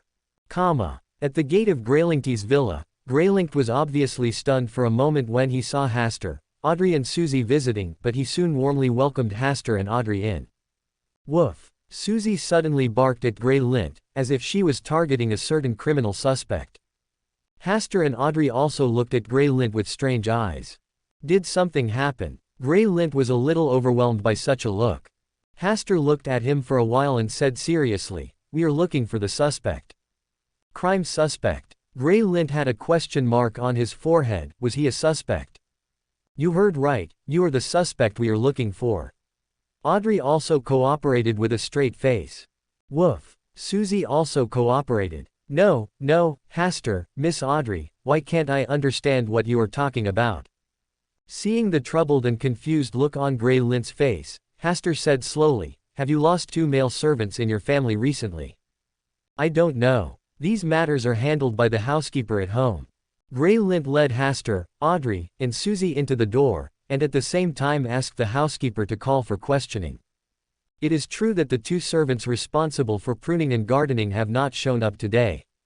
Greylinkty's housekeeper responded cooperatively. Where were the 2 of them last night? Their work usually ends before 6 o'clock in the evening. They also showed up to have dinner together last night. As for later things, I didn't pay attention to them all the time. Hasta asked a few more questions, then asked the butler to leave first, and then followed Greylinkt to the study. At this time, Greylinkt could no longer suppress his curiosity. "Asta, you are so mysterious tonight that it almost confuses me." Hasta just smiled and asked, "Have you developed a medicinal powder that can make people have diarrhea?" "There seems to be such a drug." Grey Lint said uncertainly. You know, I have always been obsessed with various researches. Sometimes I forget about it when I am busy. After hearing this, Hasta was basically sure that Grey Lint really didn't know anything about the situation. Asta, you're not really going to interrogate me as a prisoner, are you? Grey Lint was a little anxious. Since I came back from you last night, I didn't even go out the door all day today. Hasta waved to him to calm down, and then patiently told him what happened today. When he saw Susie today, Hasta thought of a feasible investigation method. Since no useful clues can be found through occult means, then normal channels should be used to solve the problem. Susie, a good hunting dog and a future fantasy dog, has a very sensitive nose. The bodies of the two people last night were still there, so he asked Susie to help smell them, and then followed the scent left by their activities all the way to Grey Lint.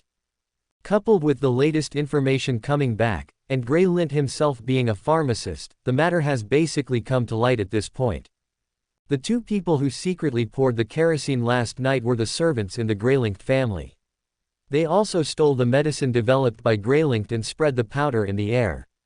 When the wind blows, it will blow these colorless and odorless tiny dusts to the party area in front, causing people close to the garden to suffer from diarrhea.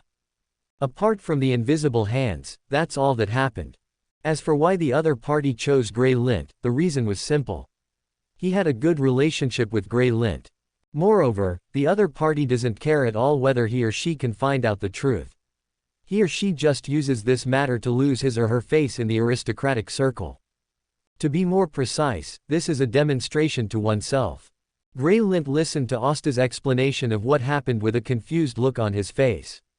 After a while, he hurriedly said, Asta, Miss Audrey, you must believe me, I really don't know. It's even more impossible to send someone to do this kind of thing. Woof. Susie emphasized her presence. Oh, and Susie, you also have to believe me. How could I do such a thing? Right.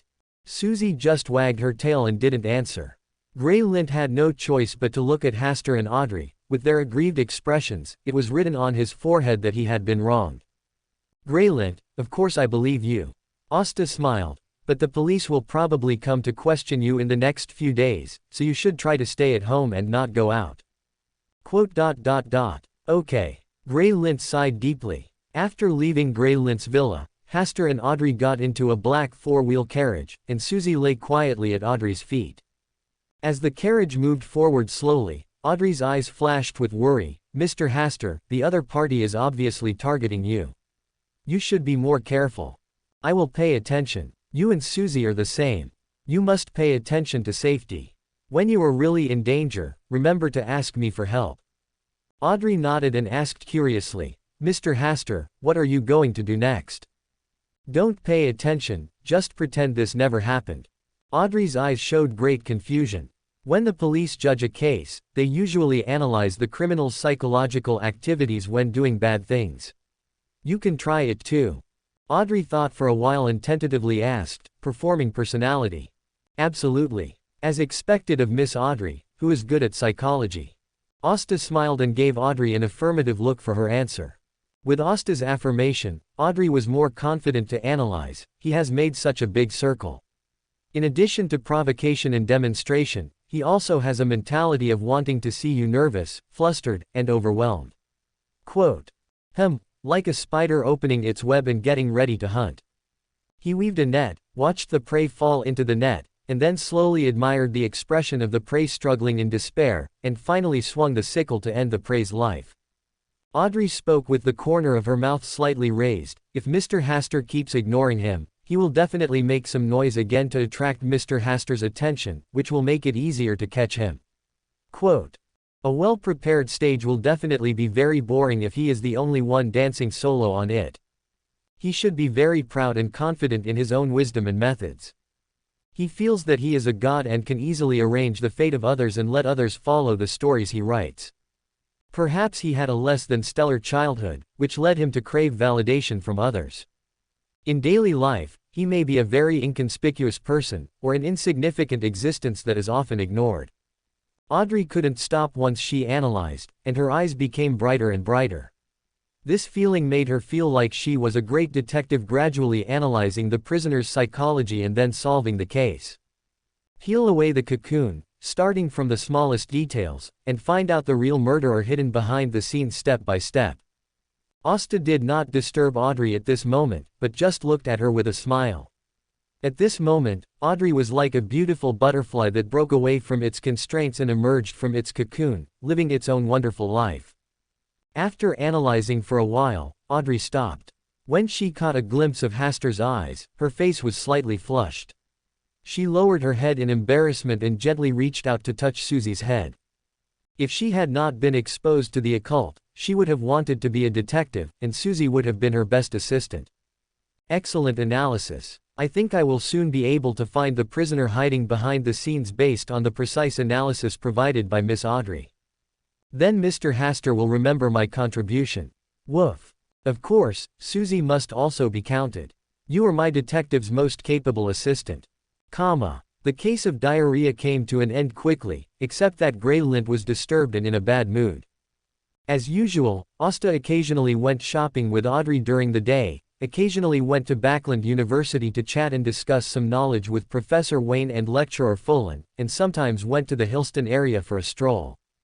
As for the issue of reputational damage, Haster sent a precious apology gift to each of the nobles who suffered from diarrhea, and then the police came forward to announce that the prisoner had been found and the case was closed, quickly calming down the matter.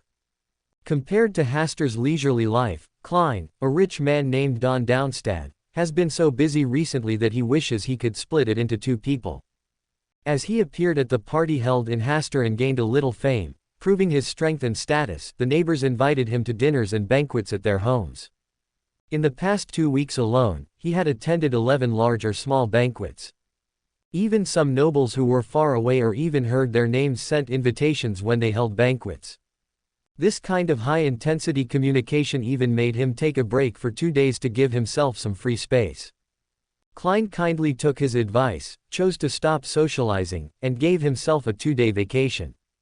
He went to St. Samuel's Church again, donated money as usual, and then chatted with the bishop in charge of praying in the prayer hall to improve the friendship between the two sides. Thanks to the bishop, Klein basically visited the entire St. Samuel's Church and could already draw a rough map of the terrain in his mind. Near dusk, Klein came to the street where Benson and Melissa lived alone. Seeing that they were living a good life, he left with peace of mind.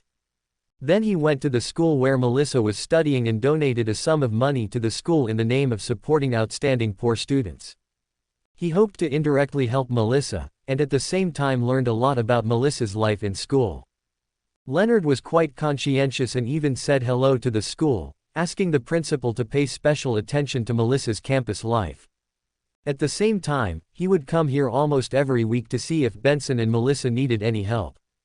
Klein was very touched by this, and that night he appeared in Leonard's dream, thanking him for taking care of Benson and Melissa. Late at night, Leonard, who was sleeping soundly, pulled back the quilt, sat up straight, and wiped the cold sweat from his forehead. Damn it again. Klein actually appeared in his dream again. He said he was thanking me for taking care of Melissa and Benson. But if he really wanted to thank me, could he not suddenly appear in his dream like this? If it happens again next time, I won't have a next time. Leonard sat on the bed to rest for a while, then got up and went to the bathroom to take a shower. There was no way. Klein in the dream still looked horrible, and almost scared him to death. Monday, Backland time, 3 p.m. Above the gray fog, crimson lights lit up on both sides of the mottled long table, solidifying into blurred, different figures. Audrey was in a good mood. Since Mr. Haster returned to Backland, she often followed him to places that Earl Hall didn't want her to go to on weekdays. She really gained a lot of knowledge. Good afternoon, Mr. Fool. Audrey's lips curled up elegantly, and she stood up and greeted all the members of the Tarot Club very naturally. After greeting each other and sitting down, the hermit Catalia gave Klein a little surprise. Mr. Fool, here are 3 pages of Emperor Russell's diary. When Catalia handed over the 3 pages of Emperor Russell's diary, she also looked at the magician Miss Furs, and seemed a little proud. Quote? Furs was a little confused. You handed in the Russell diary to Mr. Fool, why did you look at me? And show that look? She thought for a while and felt that the hermit lady should be showing off the 3 pages of Russell's diary in her hand to her. But is there anything worth showing off about this thing? I have handed in many Russell diaries to Mr. Fool before. Oh, you are still like this even though you are so grown up. How childish. Furs had a sense of superiority and intelligence that crushed Catalia, and then gave Catalia a contemptuous look. Quote question mark question mark question mark quote. Catalia was also a little confused. These 3 pages of Emperor Russell's diary were personally selected by the Queen and given to her. This represents the absolute trust from the Queen. But why is Miss Magician's look so disdainful? Is there a closer relationship between her and the Queen? What could be a closer relationship? Catalia thought silently for a while, and then her eyes suddenly widened. She glanced at Furs in disbelief, then quickly retracted her gaze, shook her head, and discarded the incorrect thoughts in her mind. Audrey on the side looked thoughtfully at the eye contact between the hermit lady and the magician lady. Klein was obsessed with the contents of these 3 pages of Russell's diary. It was worthy of being a diary personally selected by Bernadette. The content of this diary was important, and it allowed him to increase his knowledge of mysticism. September 11th, since I became an angel, I have had a feeling of split personality. In my heart, in my soul, in the depths of my spirit, there are always voices urging me, influencing me, creating uncontrollable indifference, cruelty, bloodthirstiness, and madness. This is not from the outside world, nor is it the influence of the gods on their own paths. I can clearly feel that it comes from genes, from the collective subconscious passed down from generation to generation by humans, and from the extraordinary characteristics themselves. No wonder Mr. Men said that reason is temporary, and madness is eternal. Seeing this, Klein paused for a moment.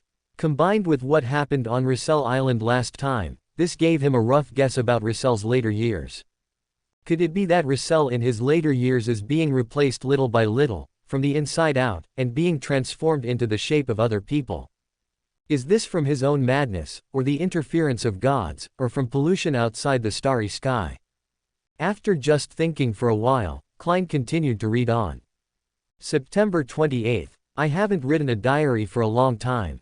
In the past half-month, I seem to see myself being replaced by strangers little by little, becoming cold and terrible little by little. Even my daughter Bernadette could only make me feel very little fatherly love. When I was about to go crazy, I seemed to hear countless praises. They were my subjects, all the people who benefited from my reforms, and the believers who regarded me as the son of steam. They were singing praises to me, erecting statues for me, writing stories for me, and creating poems for me. Their voices were like the anchor of the ship, helping me to position myself. I began to be able to fight against that desire and the cry from the heart. I walked out little by little, and I was able to have the normal emotions that a father, a husband, and a man should have. The anchor of the ship. What an interesting statement. Is this also the way for the gods to fight their own madness? Klein thought a lot at once. Why did the gods establish churches and vigorously develop believers? At this moment, he seemed to have the answer. They need anchors, many anchors, to help them anchor themselves and fight against the madness from the depths of their souls. And the believers are the anchor. Only in this way can they maintain their sanity for a short time, and not fall into the abyss and be swallowed by madness. So the so-called evil gods are the other side of existence that cannot maintain their own sanity and is swallowed by desire and madness. September 29th, rereading yesterday's diary, I remembered the rituals corresponding to my sequence 4, sequence 3, and sequence 2. They all have obvious cruel and crazy meanings, just like what the villains in novels would do. The sequence path is a road destined to madness and despair. And this is the only way for humans to gain extraordinary power. How funny, ironic. We work hard to save ourselves, just to destroy ourselves better and more thoroughly. After reading this page, Klein's heart became heavy. Because Russell, who wrote these diary contents, is already a sequence 2 angel, and has also joined the Dusk Hermits, seen the blasphemous slate, and knows much more about the extraordinary world than he does now. But such Russell is so pessimistic, whether it is for himself, the future, or the origin of this world, he is full of such deep despair. Russell is a senior time traveler, and even he is like this, so what about me in the future? When I reach a higher sequence, will it be the same? Should I continue to move forward on this extraordinary path full of despair, distortion, and madness? After a while, Klein continued to look at the other two Russell diaries, the content of which was also very sufficient and important. In it, the specific concept of the Angel King and the scope of strength were elaborated in detail. They are stronger than ordinary Sequence 1, but not yet at the level of Sequence 0 True God, equivalent to Quasi-God, which includes accommodating uniqueness and taking an additional Sequence 1 potion. The 8 Angel Kings of the ancient Sun God era all meet the standards of this definition. Klein also agreed with Russell's speculation about the ancient Sun God later. This ancient Sun God is definitely an existence beyond the level of ordinary true gods, and the ancient god's authority he has taken back is too much and too complicated. Therefore, the chaos and madness in his body are also increasing, so he decisively gave birth to Adam and Amen, 2 children, and gave them corresponding authority to eliminate some of the debris in his body. Simply put, Amen and Adam were both given by the ancient Sun God when he drank the potion, as a gift. It sounds a bit strange, but this should be close to the truth. However, if having children can eliminate the madness and chaos in the body, why didn't the ancient Sun God have more children? After all, having 2 children is also having children, and having 10 children is also having children. Why not take this opportunity to eliminate the impurities in the body? This method should have some limitations, or the ancient Sun God has his own unknown considerations. Such an existence is still too far away from him. What he is looking at is far beyond his current reach. Klein didn't think too much about this issue, but looked at the last page, which mentioned Green and the island where the last Black Emperor's tomb was hidden. After reading these contents, Klein made the diary in his hand disappear, turned his head to look at the hermit Catalia, and smiled. "What is your request?"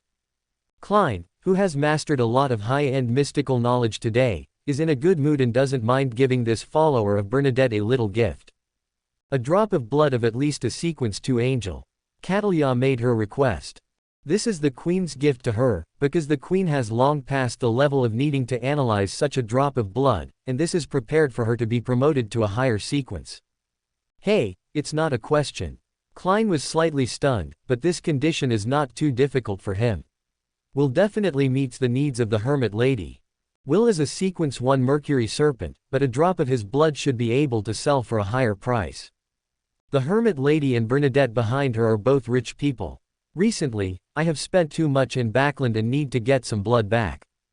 Not enough. Klein refused and said, he is a Sequence 1. This means that if you want blood, add some more chips. The eyes of other Tarot Club members flashed with shock. They knew that Mr. Fool would definitely have angels under his command, but they didn't expect it to be a Sequence 1. This is a terrifying existence that is only one step away from becoming a Sequence 0 True God. Alger, who is most familiar with the Church's internal affairs, was even more trembling in his heart. As far as he knows, the most powerful existence in the major Orthodox churches is only a Sequence 2 angel, and there is no Sequence 1 existence. Does this mean that Mr. Fool is far more powerful than an ordinary true god? I can also provide 3 pages of Emperor Russell's diary next time. Catalia quickly added a new chip.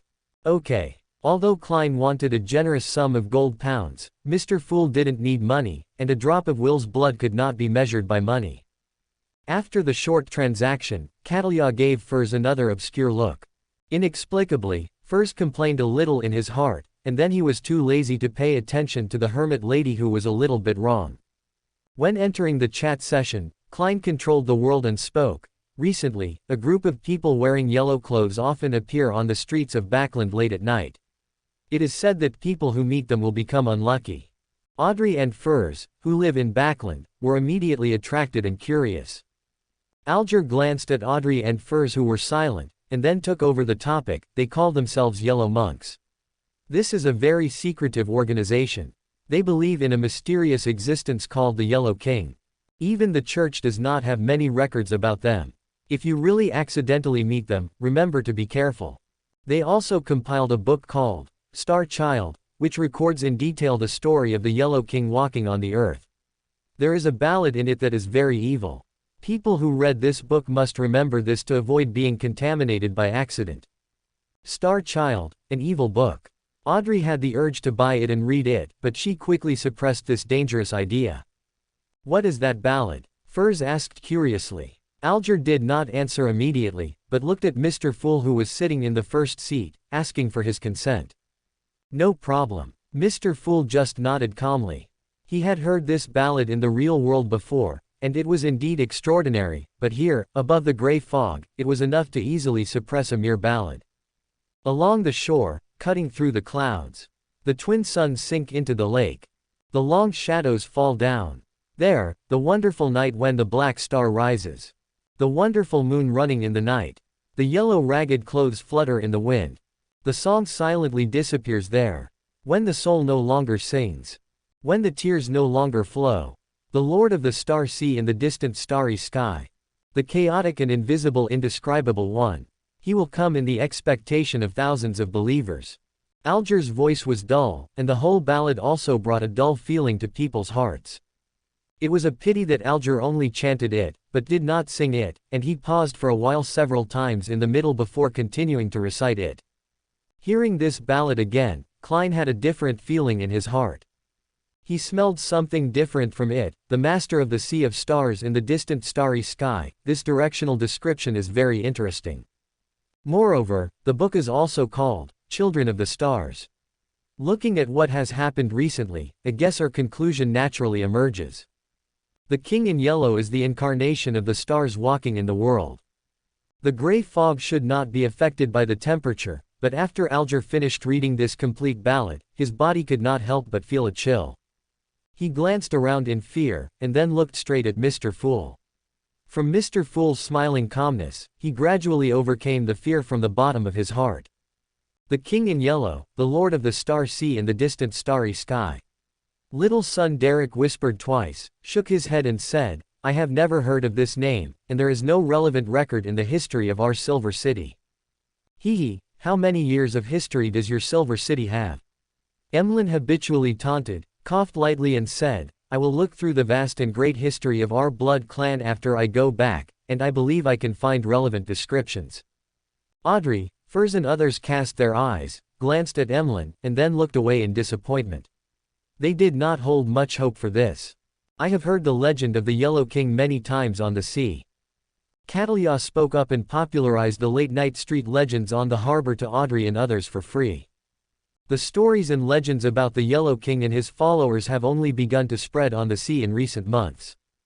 It is said that many lucky people have encountered the Yellow King and realized their wishes. Of course, many unlucky people have been punished by the Yellow King. After listening to Catalia's story, Alger also echoed, yes, this is a legend that has only become popular on the sea in recent times. As for whether it is true and credible, only those who have experienced it personally can know.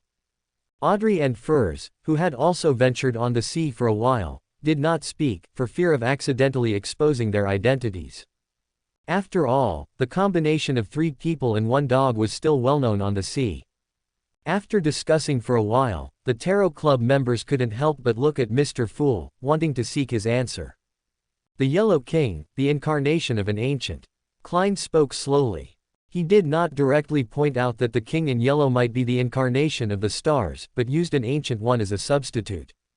This was to avoid exposing the stars' true colors, so as not to interfere with what the stars wanted to do. After all, Mr. Fool had a good relationship with the stars. The incarnation of the Ancient One. Is he the same existence as Mr. Fool? The Tarot Club members understood something in their hearts, and tacitly did not continue to discuss the King in Yellow, but instead focused on the organization of the Yellow Monks and their increasingly frequent activities recently. Don't go out late at night, or you will meet the Yellow Monks. Klein controlled the world to give a small warning to prevent the Tarot Club members from taking risks. After the Tarot Club ended, Klein washed his hands in the bathroom, wiped his cheeks with a towel, tidied his clothes, and then walked out. When he went out, he got on a carriage and went to pick out a bunch of delicious and latest ice creams in person. At night, Klein fell asleep early to avoid another complaint from Will.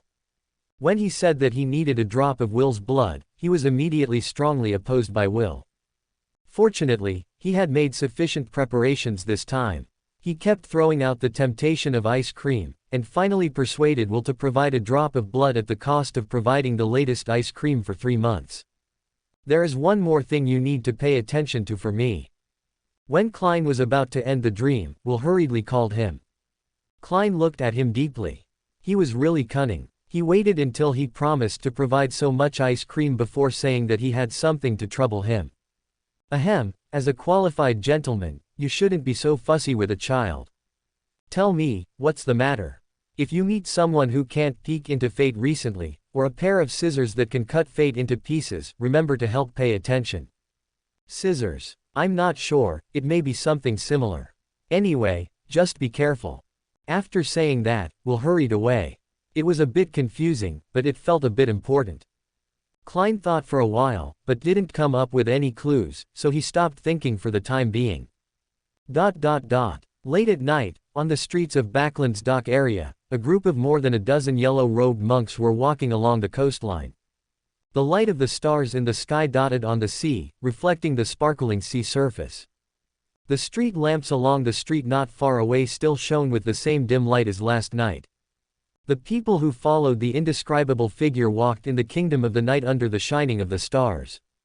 Suddenly, there seemed to be a gust of wind, whistling, blowing the dim light of the street lamps on both sides of the street intermittently.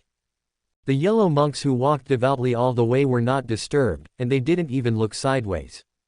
The street lamps seemed to be overwhelmed, and suddenly the last faint light was completely dissipated, leaving only a darkness covering the surroundings. In the sky, I don't know when a dark cloud blew, briefly blocking the light from the stars. A figure suddenly rushed out from the dark corner and took away the last person in the yellow monk team silently. The team still didn't stop, as if they didn't notice anything. As the team moved forward, the figure came and went, taking away the person walking at the end in the same way.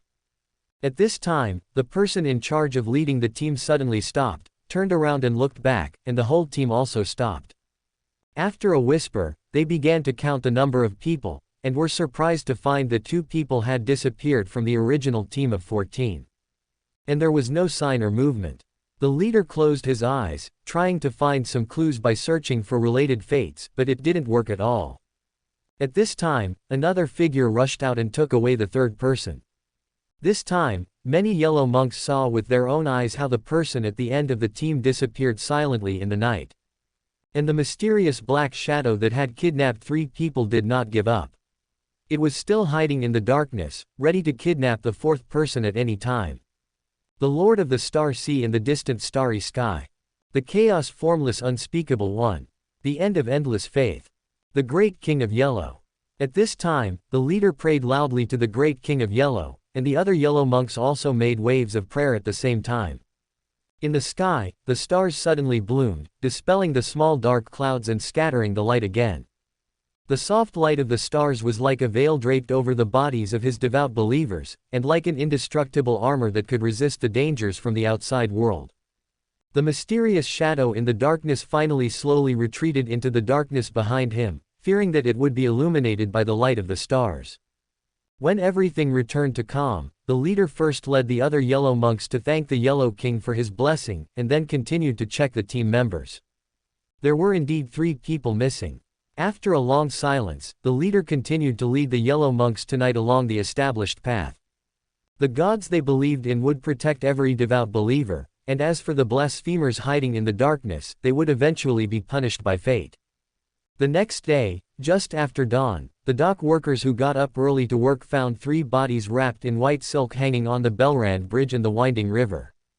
The 3 bodies were arranged in a triangle, and all of their bodies, except for the eyes, were wrapped in white silk threads and hung. From a distance, they looked like 3 white cocoons hanging up. Soon, the police who received the alarm rushed to the scene and untied the 3 bodies from the Bellrand Bridge. Through inspection and analysis, they found that the so-called white silk threads were spider silk. Although they were very tough to tear, they could be easily burned with fire. But where did Backland get such a big spider? Or was it the kind of super-large spider that could spit silk to wrap people up? The news spread quickly, and the headlines of today's news included words such as, Belland Bridge murder case. The murderer was a super spider. In Queens, in a luxurious villa, Hasta sat at a small table in the garden, reading today's newspaper with his legs crossed and drinking marquee black tea. The Belland Bridge, the hanging white cocoons, the big spiders that haunted the night. Hasta's eyes looked through this sensational behavior and saw a twisted and dark heart hidden behind it. The maid in charge of cleaning the garden walked over with a slightly heavier step than usual. "What's the matter? My Lord Earl, a pilgrim team was attacked in the dock area last night, and 3 believers were kidnapped by a mysterious black shadow lurking in the dark. Have you read today's newspaper?" "I have. What are you going to do?" "The gardener and the cook have gone to deal with this matter and will not be able to come back to work in a short time. I came to inform my Lord Earl." "Anything else?" "No." "Well, then go down." Hasta did not give any new instructions, so he asked the yellow monks to play with that person. He couldn't solve everything himself. The maid didn't say anything else, and left here as she said, continuing to sweep the leaves in the garden that fell due to the wind last night. This is her job. This murder case soon attracted great attention from the police, and was secretly handed over to the local night watchers. In a place like Backland, the death of 3 people is already considered a major case, and the murderer provocatively hung the bodies on the Belland Bridge, attracting the attention of many people. As for the identity of the 3 people as members of the Yellow Monks, they were not made public but were replaced by the names of ordinary citizens. Leonard in the Chaowu district also noticed this case, but he did not intervene, but let the local night watchers solve it. He was concerned about deeper things, the revenge from the Yellow Monks organization. In just 1 or 2 days, the figures of the Yellow Monks appeared in many places in Backland. Beggars on the street, homeless people nearby, drunkards in bars, etc., all those who might be related to this case were thoroughly investigated. As for those unofficial extraordinary people who like to hide their tracks, they have become the focus of observation. Anyone who dares to resist will be retaliated by fate and die in misfortune. Such a large-scale action soon attracted the attention of the Church of the Goddess of Night, the Church of Storms, and the Church of Steam and Machinery. It must be said that such a large-scale, rude and barbaric method of killing the innocent rather than letting them go did play a certain role. In the dock area, a homeless man who often slept under the street lights late at night showed extraordinary strength when facing the large-scale investigation of the Yellow Monks. With the cover of darkness, he successfully escaped from the hands of the Yellow Monks. At present, his whereabouts are unknown and the situation is unclear. Leonard carefully read the details of the case. When no one was around, he curiously asked the old man in his body, "Strange, neither the Church of the Goddess of Night nor the Church of Storm and Mechanic can find out the specific identity of this criminal," as if he suddenly emerged from the ground. "Hide the fate. Is the murderer a beyonder of the fate path?" "Not necessarily. Are there other beyonders involving fate?" The old man in his body was silent for a while. "This is not something you need to worry about." "Hee, just pure curiosity." "Hee, then continue to be curious." "Hey, old man, don't you know the answer either?" Leonard tried to use the provocation method, but did not get any response. He leaned back in the chair and murmured, "Not long ago, an old immortal appeared, and now there is a case like this. I always feel that Backland is going to change again. ... Late at night, in the house at 160 Backland Street, Klein was lying on the bed to rest. A breeze blew gently, and then the closed window was pried open by a mysterious force, and the curtains were blown gently. Klein woke up immediately from his deep sleep and remained alert, but he did not open his eyes. He just tried to keep his breathing steady and pretended to be asleep. Someone sneaked into his room. And that person was hiding behind the curtains and secretly observing him. Didn't the night watcher come to investigate him last time? It's only been a week, why are they investigating him again? But after waiting for a while, Klein did not notice any other movement. The person who sneaked into his room just hid behind the curtains quietly, like a hunter, silently watching him, without making any sound or extra movements. It was more like using his house to avoid the enemy who was pursuing him. Klein did not say anything, just pretending that he didn't know all this, and continued to choose to sleep soundly. After waiting for about 20 minutes, the person hiding behind the curtains left through the window again. Before leaving, he glanced at the bed here, and then closed the window again. The whole process was silent, without any extra movement. If it weren't for his excellent spiritual warning, he would never have noticed someone sneaking into his room tonight. Is this an unprovoked disaster? Klein lifted the quilt, sat up straight, and looked at the vertical curtains. As for the identity of the man just now, he was pretending to sleep just now and didn't see his true appearance. He just vaguely felt that this was a man with a delicate mind and extraordinary courage. Should I call the police? Klein pondered for a while, and finally chose to pretend that this incident had never happened. After all, he was just an ordinary rich man and could not find such a mysterious person sneaking into his room late at night. And calling the police would not only attract the attention of the police, but also may lead to revenge. But he was still very interested in the identity of this late-night stalker. After waiting for a while, he got up and went to the bathroom, walked 4 steps backwards, and entered the gray fog. He planned to try to find out the identity of this person tonight through divination. But the result of the divination surprised him very much. In one sentence, there is no such person. This means that the other party has a means of detection that can block divination.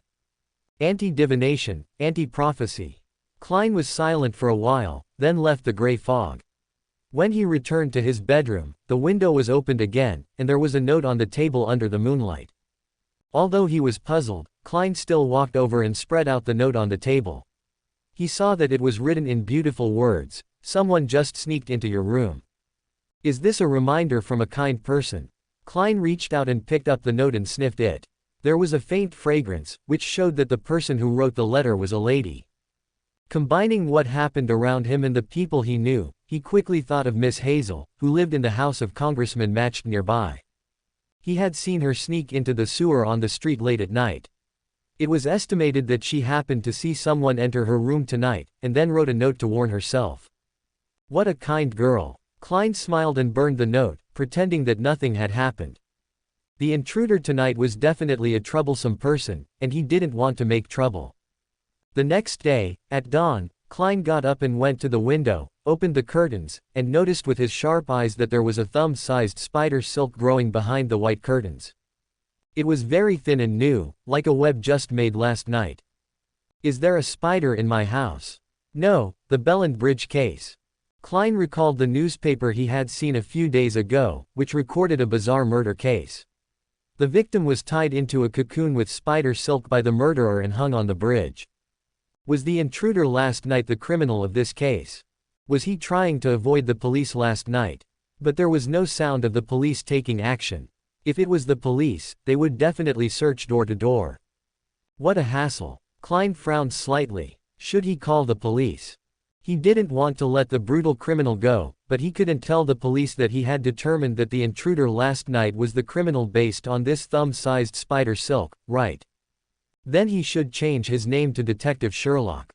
In the end, he didn't call the police. He just had a simple breakfast and went out for a stroll. When he happened to meet Miss Hazel on the street, Klein could see the deep doubts in her eyes. Another 2 days passed, and Backlund's nights became more and more restless. Many witnesses claimed that they suddenly saw a black shadow flashing on the street late at night. The police just asked them to go back and wait for news, and then send the new news to the night watchman as soon as possible. Late at night, Earl Hall's house. Audrey was sleeping soundly on her big bed when she suddenly heard Susie's cry, which made Audrey wake up immediately and turn on the night light at the head of the bed. The light instantly illuminated the entire bedroom. Audrey only saw Susie on guard, staring out the window with bright eyes. Susie's cry also woke up the maids, servants of Earl Hall's family, and soon, lights were lit one by one. The whole Earl Hall's house soon became bright and shining like daylight. Earl Hall, wearing a purple nightgown and a gray coat, hurriedly brought people to Audrey's room and asked her anxiously what happened just now. Because Susie is very well behaved and smart on weekdays, she will not bark randomly in the middle of the night. She must have discovered something and then issued a warning roar. Just now, there seemed to be a black shadow flashing outside the window. Susie found something wrong and started barking. Woof. Susie followed up with a voice, indicating that this was what happened to Earl Hall tonight.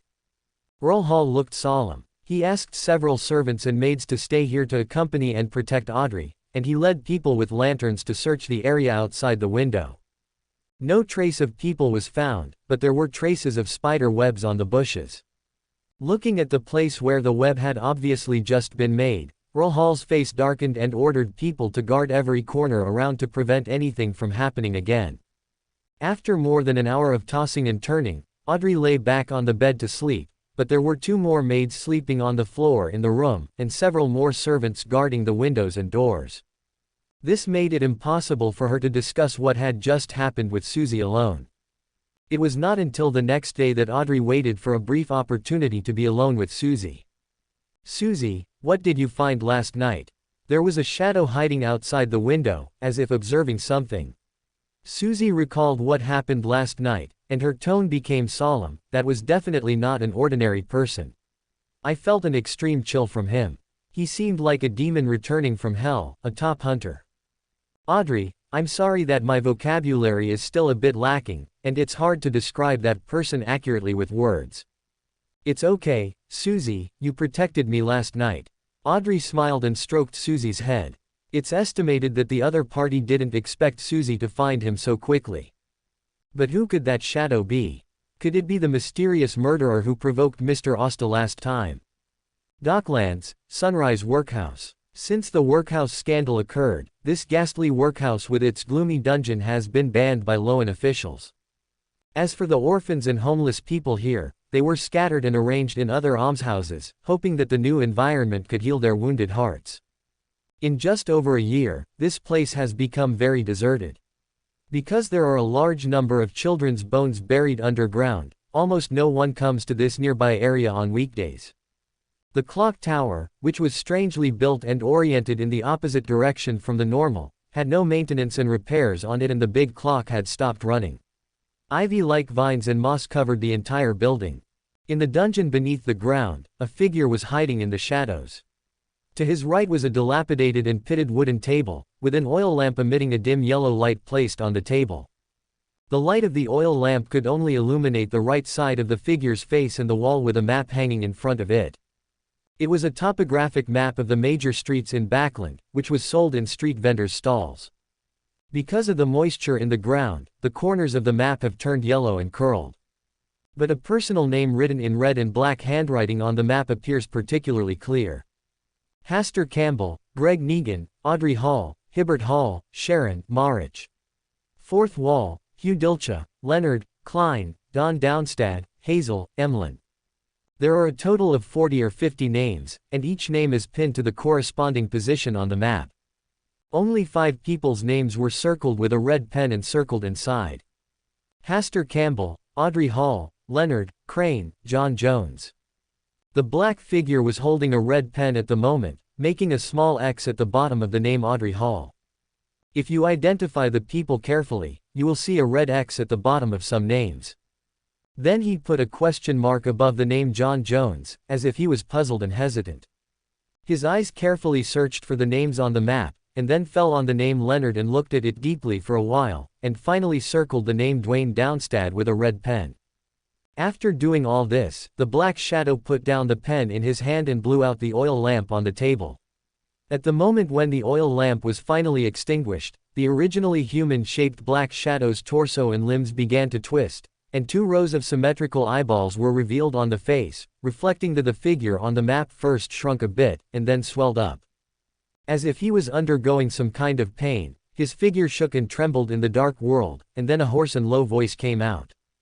Looking for, eliminating, the stars, the fool. At St. Samuel's Church, Klein came to the prayer hall again to attend prayers. Unexpectedly, he ran into Leonard again. His face didn't look very good. Klein only glanced at it briefly and looked away to avoid being noticed by him. When praying to the goddess of the night, Klein clearly heard the pious prayer from Leonard. Has Leonard completely fallen into the arms of the goddess of the night? The last time I saw him, his prayers were not so pious. Did something happen recently? Soon, the prayer time ended while Klein was thinking. He invested money as usual, but unexpectedly Leonard also invested a sum of money, a full 100 gold pounds. Based on Leonard's current salary, this is at least 1 month's salary for him. When did he become so generous? It is estimated that what he encountered recently was very dangerous, so he had to pay a high price to show his piety to the goddess of the night. Do you want to give him a dream at night and ask him what difficulties he has encountered recently? While Klein was thinking, Leonard had already left at a significantly accelerated pace. Judging from the direction he was walking, he should be heading deeper into the church, probably to talk to Archbishop Anthony. It seems like something really big has happened. Klein looked at Leonard's leaving figure again, turned around and left street.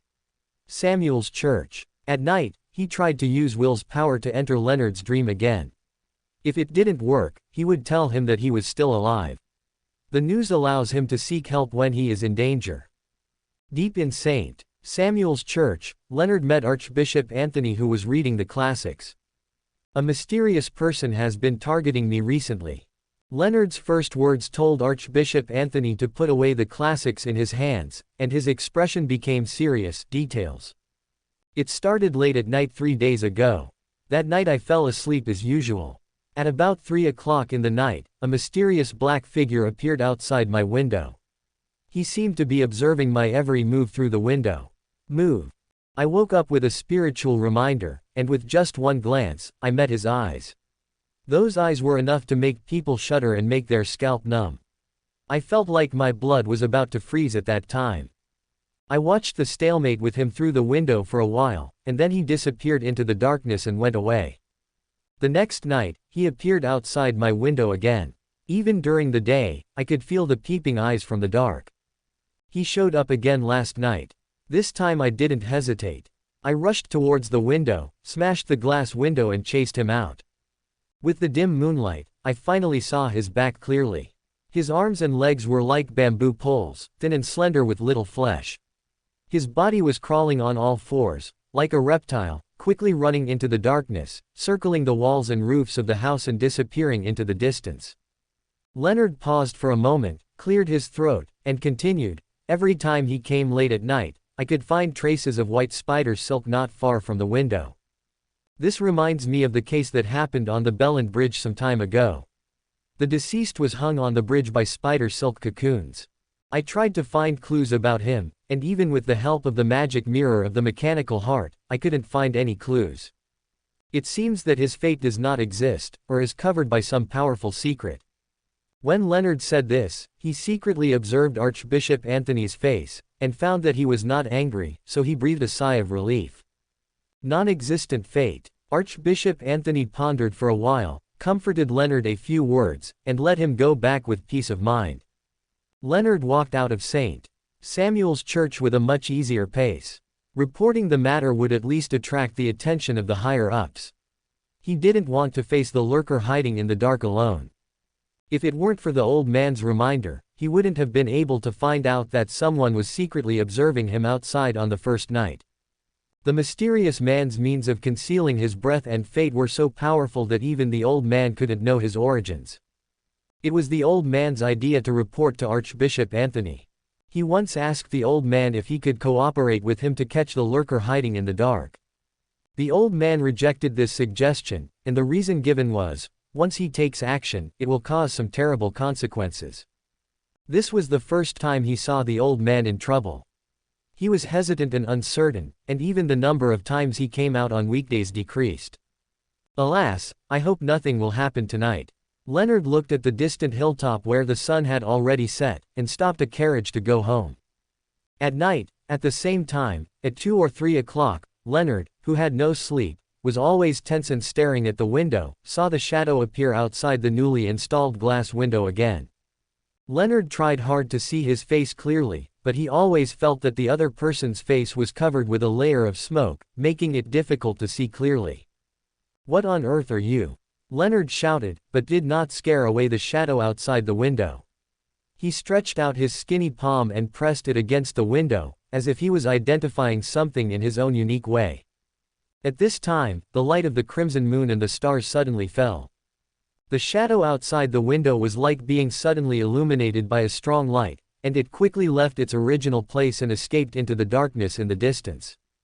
Leonard quickly came to the window, opened the glass window, and looked in the direction where the shadow fled. There were several figures in yellow clothes out of thin air. They were hunting the shadow. Yellow monk. At this time, the only person who appeared in yellow clothes was probably the yellow monk. But soon, the yellow monks also disappeared from his sight. In the sky, the crimson moon and the stars tonight were particularly bright and dazzling. Leonard looked up for a long time before he felt that his irritable and flustered heart gradually calmed down. Praise the goddess. Leonard bowed deeply to the crimson moon in the sky. Although he had said this sentence on many occasions, this time was undoubtedly the most pious one. This made him instantly feel that the 100 gold pounds he donated during the day were really worth it. Don't you have to praise the stars too? The old man in the body suddenly spoke. Leonard was obviously stunned for a moment. Why should I? Leonard looked at the night sky full of stars again, and said very piously, praise the stars. As the saying goes, more courtesy is less blame. If you have nothing to do, praise the stars. Maybe you can get the protection of the stars at some point in the future. After closing the glass window, Leonard lit the oil lamp in the room. It was better to light it to make people feel at ease. He sat at the table and drank a large glass of warm water before returning to bed. He still didn't feel sleepy, but somehow, he felt his eyelids become heavy. As his mind wandered, he came to a world full of gray fog. A long bronze table appeared in front of him. At the end of the table, at the first seat, sat an ancient and mysterious figure. Fuck, will this night ever end? Mysterious gray fog, unknown space, and figures with ancient atmosphere, all of which made Leonard, who was stimulated tonight, speechless again. It seems that everything has come to him recently. What place is this? Leonard suppressed his other messy emotions and spoke with a slightly humble tone.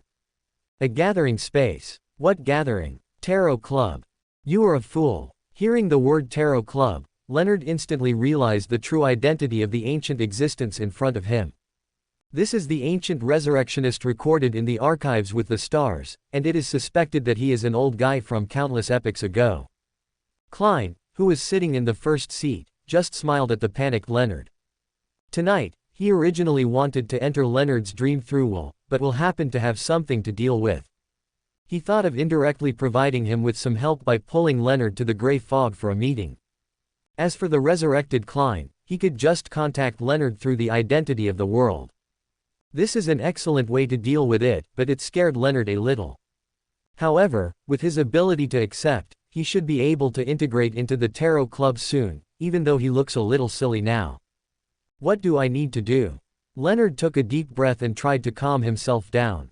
Choose a tarot card as your code name. Klein arranged the remaining tarot cards in a row in front of Leonard, allowing him to choose the tarot card he likes. I choose the star card. After just a quick glance, Leonard grabbed the star card. The star is also a symbol of the goddess, and he is a believer of the goddess. Klein dispersed all the other tarot cards and looked at Leonard, who was still a little confused. He smiled and said, I can answer some of your questions for free. Why did you choose me? Everyone who can come here has something special about them. In other words, every member of the Tarot Club may be the protagonist of this era. Leonard's heart trembled inexplicably, thinking of the old man in his body. Was it because of the old man that he was chosen by the fool? But just now, he kept calling the old man, but the old man didn't respond, as if he was isolated in the real world and didn't follow him to this gray fog space. Does the Tarot Club meet regularly? Every 2 weeks, at 3 p.m. on Monday. There are only 3 days left until the next Tarot Club. Leonard was silent for a while before asking the question he wanted to ask the most, what is Mr. Fool's purpose? Are you sure you want to know? Such a relaxed and teasing tone made Leonard's heart tremble suddenly. In the end, he shook his head and refused the answer from the fool.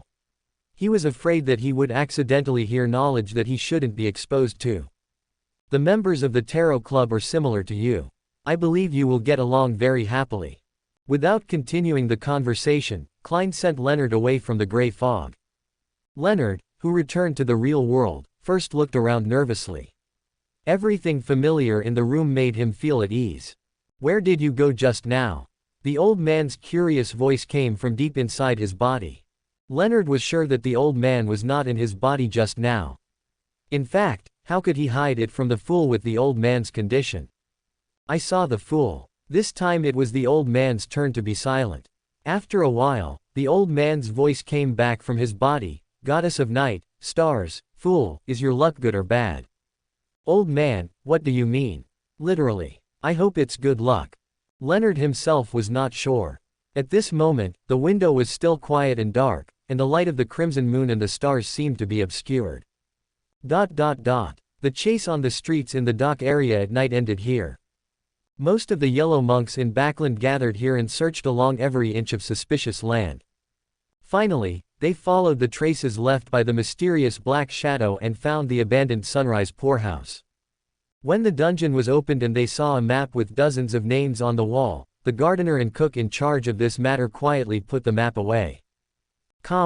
During the daytime in Backland, the gray weather covered the entire sky as usual, and workers of various professions were already busy. Damn it, where did this map come from? Leonard went to the office on the second floor of the Chaowu district as before, picked up the teacup, and before he had time to drink a sip of hot tea, he saw a folded map neatly placed on his desk. He curiously opened it and almost shook the hot tea in the cup out. On a map that was obviously Backland, there were many names written densely, many of whom were people he knew. There were Hastur, Klein, Don Tangstai and his own name. More importantly, his name was one of the 5 red circles. What is this? Is it an April Fool's Day prank? And the more he looked at this map, the more panicked he became, as if what he was holding in his hand was not a map, but a bomb that could explode at any time. Leonard hurriedly put the map back on the table, drank a sip of hot tea to calm down, and gradually regained his rationality in the smoke of tea. He began to ask the Red Gloves members who were on duty last night to see if anyone had put the map on their desks, but the answer was no, no one entered or left his office, and no suspicious people were seen. But this map could never appear on his desk for no reason. And this behavior of writing names on the map, no matter how you look at it, it is the work of a psychopathic criminal. Leonard, who had no results in the investigation, closed the door of the office tightly and hurriedly asked the old man in his body for his opinion. If it were normal, he might not care too much about such things, but what happened recently made him feel too mysterious. You get too much attention, which is not necessarily a good thing. Old man, why are you a riddle man again? Can't you just tell me the answer? This is a question you need to think about yourself. Okay, I admit I'm stupid. Leonard decisively admitted his defeat and wanted to get more useful information from the old man. I shouldn't die. Should. Is there anything 100% certain in this world? Old man, are you trying to scare me? Whatever you think. After leaving this sentence, the old man in the body never made a sound again. Leonard leaned quietly on the chair, looking at the map on the table with complicated eyes, and didn't know what to do for a while. Late at night, when the dark clouds covered the light of the stars again, the familiar black shadow appeared outside the window again. Leonard, who had been sleepless and forced to stay awake, looked at the black shadow that appeared outside the window again, gritted his teeth and said, "Damn thing, don't run away if you have the ability." Bang bang bang. Leonard lifted the quilt, and the pistol he had clenched long ago was aimed at the window and fired several shots. The thin glass window cracked, and sharp glass fragments flew everywhere. The black shadow just crawled down, as if some kind of abnormality had occurred, and easily avoided the incoming bullets. But before Leonard could make another move, a huge black net fell from midair, trying to cover the black shadow. The black shadow, sensing danger, wanted to escape, but was hit back by a weapon similar to a frying pan. It retreated, twitched, and was covered by the black giant net. Hiss. The black shadow in the net crawled on all fours, making a sound similar to a snake spitting out its tongue. Leonard turned on the light in the room and saw the true appearance of the black shadow in the net, a human-faced spider. It had black body hair as long as a finger, white spider hair on its abdomen, 4 pairs of eyes, blue pupils, and 8 slender spider legs as tall as a person. At this moment, it was half pressed by the black giant net, and its 8 eyes stared at itself, hissing out the foul mucus that could corrode the giant net of the night. Leonard felt disgusted at first sight, and felt cold all over at the second sight. But he did not raise the gun in his hand and shoot several times at the big spider's head. Because he found that a group of yellow-robed monks stood around the black giant web. They stood silently in the yard outside their windows, as if waiting for something. Are they waiting for my judgment? Leonard realized it later, as if he understood something, but also as if he didn't understand anything. But before he could figure out what was going on, the big spider, which was covered in the black giant web and had nowhere to go, made a hoarse, low, and resentful voice. I found you. Leonard. Leonard Mitchell. For some reason, when Leonard heard the big spider calling his name, he panicked inexplicably, and his whole body was cold, as if he was being stared at by some extremely terrifying existence. And the sight staring at him came from the starry sky above his head. Leonard's breathing was rapid, his hands and feet were cold, and he wanted to say, "It's not me, you recognized the wrong person." But in front of him, the big spider in the black giant web suddenly caught fire for no reason, and black flames sprang up from it, burning out nauseating black smoke. The black smoke floated upwards, forming the shape of a giant spider, or the pattern of some mysterious curse. The black clouds covering the sky dispersed, and the light of the crimson moon and the stars dissipated the black smoke layer by layer. The yellow monks bathed in the light of the stars, with solemn and pious expressions. Leonard's throat was dry, and he was thinking about what to say, but the yellow monks in front of him left his yard silently.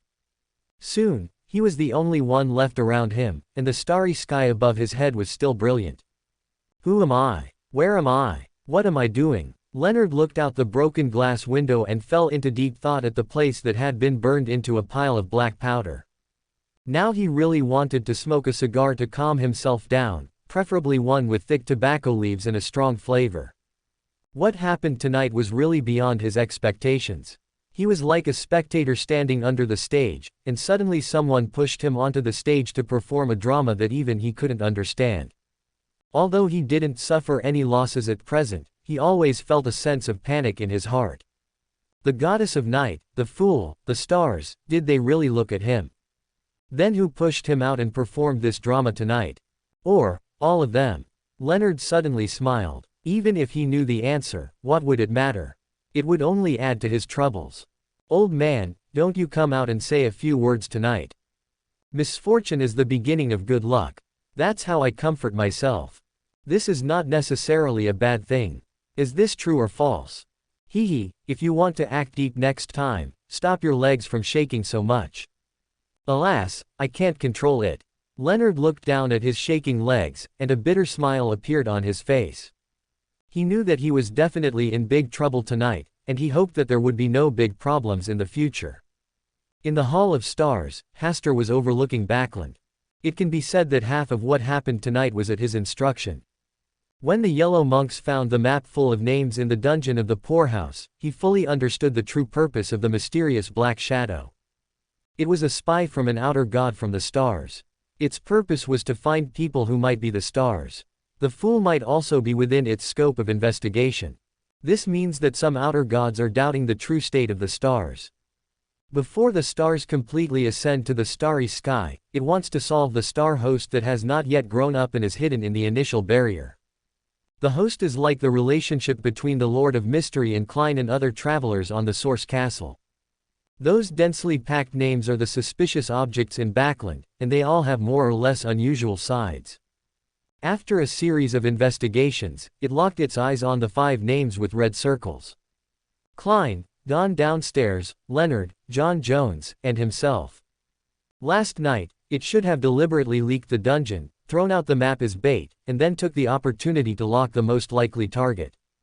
Because under the strict search of the yellow monks, there is not much time left for it.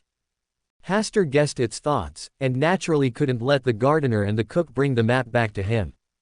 Klein and Don Downstairs are the same person, a fool, and naturally can't be exposed to the eyes of the outer god in the starry sky. The only suitable choices left were Leonard and John Jones. Hasta originally wanted to choose John Jones as bait, but this person did not exist at all. Will deliberately pushed him out to protect himself from disaster. So, his only choice was Leonard. So the next day, the map appeared in Leonard's office and successfully fell into Leonard's hands. The mysterious black shadow did use it to find Leonard, which happened to fall into the trap that the yellow monk had already set up. This is what has happened so far. Everything is going well, but it's a bit hard for Leonard, but who made him pretend to be a believer of the stars, this time it's his apology. As for the outer god old day outside the starry sky, Hasta has roughly understood the authority he holds. His authority involves secrecy, fate, distortion, and corruption. In addition, the mysterious black shadow appeared in the image of a big spider with a human face, so Hasta gave him a code name, Spider Goddess Rose. Mr. Hasta, have all the problems been solved? On Sunday afternoon, in the garden of a villa in Queens, Hasta was drinking tea and chatting with Audrey, while Susie was lying at Audrey's feet, gently shaking her big golden tail. Yes, it's solved. Hasta nodded and smiled. It's all thanks to the wonderful inference of Detective Audrey that things can go so smoothly. Really? Of course, I'm thinking about how to thank Detective Audrey for her key role in this case. And Susie. Audrey mentioned Susie's name, and Susie followed and barked. Susie, what other books do you want to read recently? Hasta looked at Susie lying on the ground, but before Susie stood up to answer, Audrey spoke first. Mr. Hasta, Susie has been greedy recently, you should prepare some delicious food for her. Is that so? Susie. Hasta gave Susie a look. Woof. Susie understood instantly and nodded to acknowledge what Audrey said, trying to fool Audrey first. Audrey smiled and was in a good mood, and Susie also wagged her tail and was in a good mood. Monday, 3 p.m. When Leonard finished his daily work in the morning and left, he told the team members that he had something to deal with in the afternoon. Since 1 o'clock in the afternoon, he has been alone in the bedroom of the house he was assigned, waiting anxiously, and occasionally glancing at the time on the clock on the wall. When the hands of the clock gradually approached 3 o'clock in the afternoon, he closed his eyes, took several deep breaths, suppressed the distracting thoughts in his heart, and lay on the bed waiting for the call of the fool. Nothing unusual, he suddenly came to the gray fog. It was still the long bronze table, and the figure sitting at the head was still the mysterious and ancient fool. The only difference from the last time was that there were 7 more figures around him whose specific appearances were unclear and as blurry as his own. These should be the other members of the Tarot Club. There were only 7 people, less than he expected. Leonard was a little flustered at first, but soon he gathered his mind and began to carefully observe other members of the Tarot Club. Mr. Fool, good afternoon. Audrey also saw that the Tarot Club had added a new member this week, and she was very happy to greet Mr. Fool and all the Tarot Club companions. Mr. Star, a poet with a delicate and sensitive mind. Klein briefly introduced. Mr. Star, good afternoon. Good afternoon, beautiful lady. Leonard didn't know how to address the girl in front of him who was greeting him, so he could only use Ms. My tarot card is Justice. Miss Justice, good afternoon. Leonard immediately changed his address. Seeing that Mr. Star stood straight and tense because he didn't know the others, he could vaguely see embarrassment in his eyes. Audrey was very enthusiastic to introduce other Tarot Club members to him. This Miss Justice is really nice. Leonard sighed in his heart, and as Audrey introduced him, he also remembered the code names of other Tarot Club members. The Hanged Man, the Sun, the Moon, the World, the Magician, the Hermit. Mr. Fool, these are the 3 diaries of Emperor Russell that I owed last time. Catalia took the initiative to offer 3 diaries of Russell, and Audrey and Alger also offered 1 each. Very good. Klein began to carefully read the contents of the 5 diaries of Russell. Leonard, who had just arrived, saw that everyone suddenly stopped talking, so he sat upright, looking straight ahead, and habitually straightened his back. This scene fell on Audrey, Alger, and Catalia's eyes, and they roughly guessed that he should be an official. Leonard, who was being watched by the public, tried to adjust his breathing and relax his body. Furs, Derek, and Emlyn did not originally cast their eyes on the newcomer Mr. Star. Just seeing that others were looking at this newcomer, they followed suit, occasionally showing a thoughtful look. It was not until Mr. Fool, who was sitting at the top, broke the silence that Leonard was relieved. When entering the free trading and chat session, the world, which had always been taciturn, suddenly said, "Poet, I also had a poet friend." The low and hoarse voice made Leonard's heart tremble subconsciously. He must be extraordinary to be Mr. World's friend. Audrey took over naturally. He is a very trustworthy friend. Klein controlled the world and said this, and he looked at Leonard deliberately, and then stopped talking. Seeing that the world did not want to discuss this topic in depth, Audrey said, "Some time ago, a mysterious murderer appeared in Backland. He wrapped 3 people into cocoons with spider silk and hung them on the Belland Bridge, which attracted a lot of attention. I have also heard about this case. The police seem to have not found the real murderer yet." Furs continued. Instead of believing that those stupid policemen will solve the case, I would rather believe that the homeless beggars on the street will be self-reliant. Alger sneered and mocked. Leonard frowned subconsciously, and then said in a deep voice, "The mysterious criminal who committed the murder has been executed. The reason why the police did not announce it is that they do not want to cause unnecessary trouble." "Is that so?" Alger said softly, the corners of his mouth slightly raised, and his eyes looked up and down at the new Mr. Starr, and he had roughly guessed his identity in his heart. At this time, he subconsciously spoke for the police, which shows that he usually represents an official who maintains order and often cooperates with the police. He also chose the Star card, which means he should be a believer of the goddess of night. Overall, if this Mr. Starr is not a night watchman, he is a member of the Red Gloves. Audrey and Catalia also looked at the new Mr. Starr thoughtfully. The world had no expression on his face, but Klein almost put his hand on his forehead. Leonard, you just participated in the Tarot Club for the first time, and you basically revealed all your details." Leonard was slightly stunned when he felt the strange eyes from other Tarot Club members, but he soon stopped caring. He was a believer of the goddess, a member of the Red Gloves, and a party that maintained the official order. This was not a secret that could not be told. How was the mysterious prisoner solved? Audrey asked curiously, but Mr. Asta did not tell her the specific details, but only gave her and Susie a gift each. He died on a starry night. Leonard did not reveal anything about the Yellow Monk. Soon the topic was over, and Alger talked about the latest situation of the sea. At present, there is only one thing that is most worthy of attention in the sea, that is, the mysterious Queen Bernadette is preparing to establish a pirate kingdom. Although many pirates suspect that the mysterious queen has some connection with official institutions such as the Storm Church, there are more pirates who join in the fun.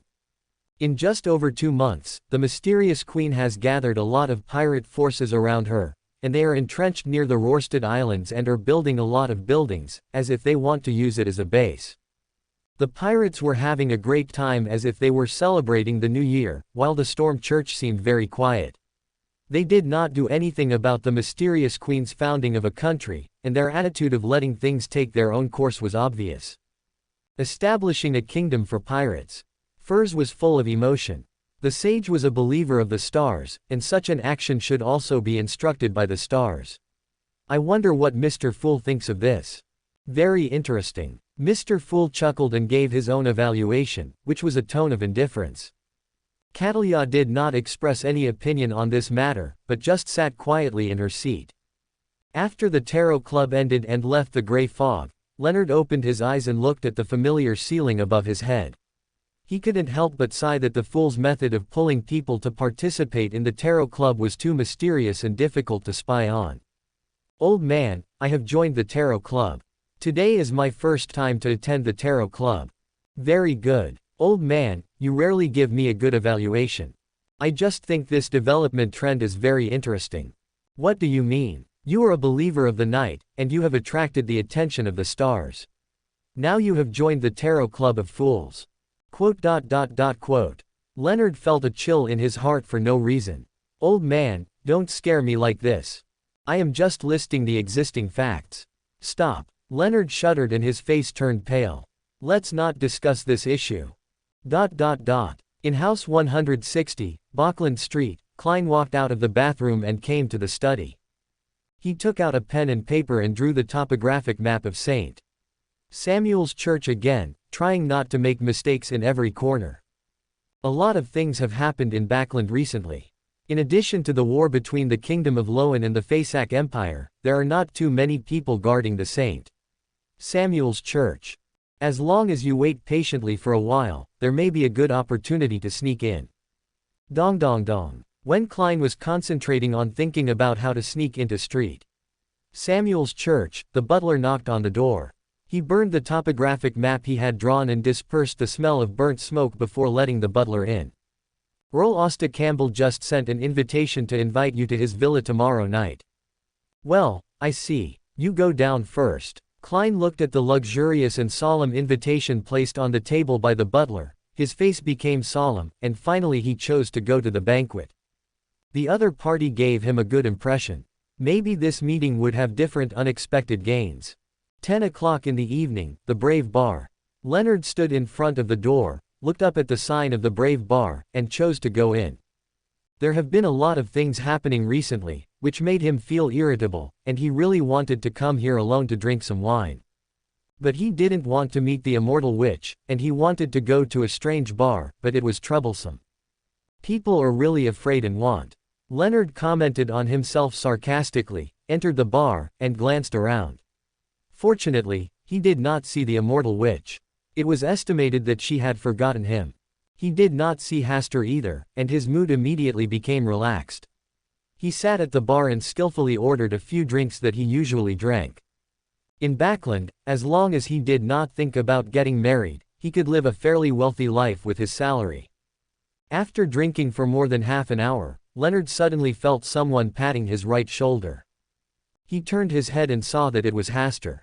"When did you come?" "A little earlier than you. You were in the private room inside." "Well, I just met a friend." "Strange, how come I can meet you every time I come here?" "Because I come here almost every night."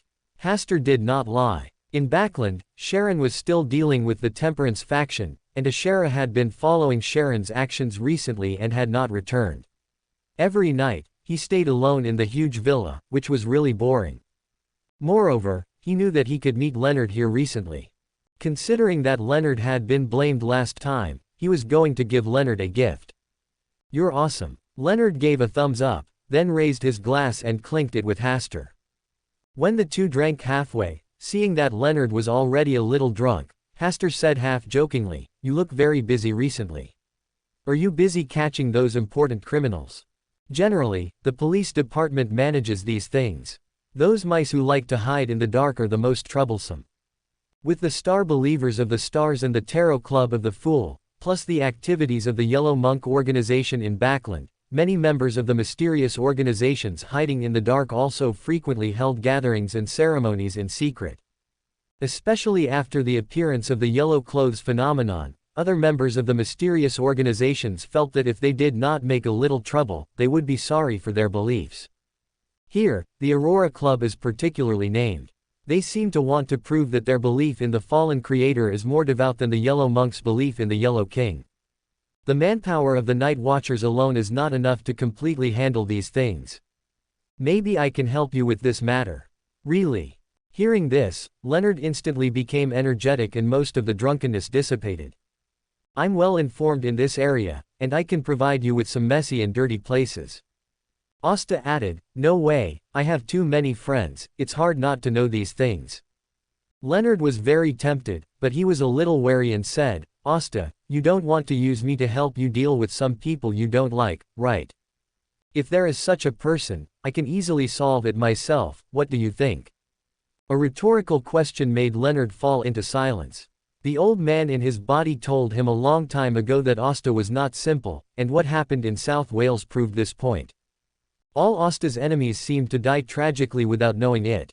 He thought of the map full of names he had received before, and Hasta's name was written first on it.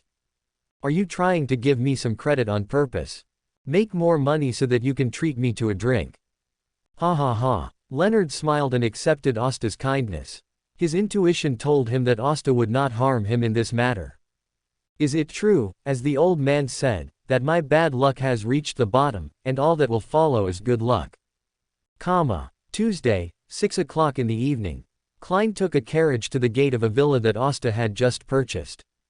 Looking at this large villa located in Queens, close to the royal area, he still felt a little envious. He had checked the housing prices in various areas of Backland, and the most expensive place was Queens. The location of Hasta's villa was equivalent to within the second ring of BJ, and the price was ridiculously expensive, and only the nobles were eligible to buy it. It seems that Mr. Asta has made a lot of money in South Wales. Thinking that he still had to work hard to hunt pirates on the sea for bounties, the contrast was too strong. Mr. Don Tangsty, please follow me. Butler Neil smiled and led the way for Klein in front. Entering the gate of the villa, along the neatly paved white marble road, it extended all the way to the gate of the central house. Pushing open the door, a luxurious and extravagant atmosphere hit him in the face. Well, this is a strong smell of gold pounds. Klein muttered in his heart and looked up at the layout of the house. The tall chandelier illuminated the whole room with golden light. Famous paintings worth thousands of gold pounds were casually framed and hung on the wall. The floor was covered with luxurious carpets that were purely handmade and customized from the Republic of Intis. The owner of this villa, Mr. Asta, was sitting in an armchair by the fireplace, flipping through a book called A New Interpretation of Law and Order. Seeing Klein coming, Asta put the book on the chair, smiled and stood up, inviting Klein to the dining table to enjoy dinner tonight. I heard that Mr. Don Donster is from the Dissy Bay. Tonight's dinner is mainly local dishes. I hope it suits your taste. Mr. Asta is so polite. Klein sat down humbly and looked at the bottles of fine wine that had been placed on the table. Judging from the packaging alone, the price of each bottle of wine tonight would not be less than 100 gold pounds. The cutlery was all of high quality, probably even more luxurious and impressive than the banquets hosted by the Lowen royal family. Could it be that Mr. Asta invited me tonight to show off his wealth in front of me? No way. Could Mr. Asta be such a superficial person? Would he? Klein was not sure what the young earl sitting opposite him was thinking. He just had a feeling that the other party was showing off his wealth in front of him. Yes, he was showing off his wealth. If it was in front of other people, Hasta would never have such thoughts, but in front of the poor fool, he always wanted to show off his wealth and give Mr. Fool a little spiritual shock. Mr. Don Tangsty, you seem to be confused about tonight's banquet. While waiting for the maids to serve the dishes, Hasta took the lead in bringing up the topic. Such a grand banquet is an honor and affirmation for everyone. Klein added, but I am an unknown businessman from the Bay of Dissy. I really can't accept such an invitation. I am very terrified. When I saw you for the first time, I didn't know why I had a great interest in you and wanted to make friends with you. It's my honor. While the two chatted with each other, the beautiful maids brought the carefully prepared dishes to the table. Please taste. Thank you again for your hospitality. Klein didn't say anything more polite. Anyway, Hasta, who was sitting opposite him, already knew his true identity. The wine tonight is pretty good, try it. Asta signaled the maid to pour Klein a glass of fragrant, amber-colored wine. Could this be the bottle of wine that was auctioned off by the acrylic auction house some time ago, which was suspected to be brewed by elves?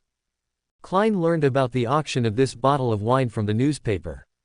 It was said to be sold at a high price of 8,000 gold pounds. I didn't expect that it was auctioned off by Asta, and he even took it out to treat me tonight. According to the size of the bottle, it can only fill about 10 glasses like this tonight. In other words, each glass of wine is worth 800 gold pounds. This is not drinking, this is simply eating money.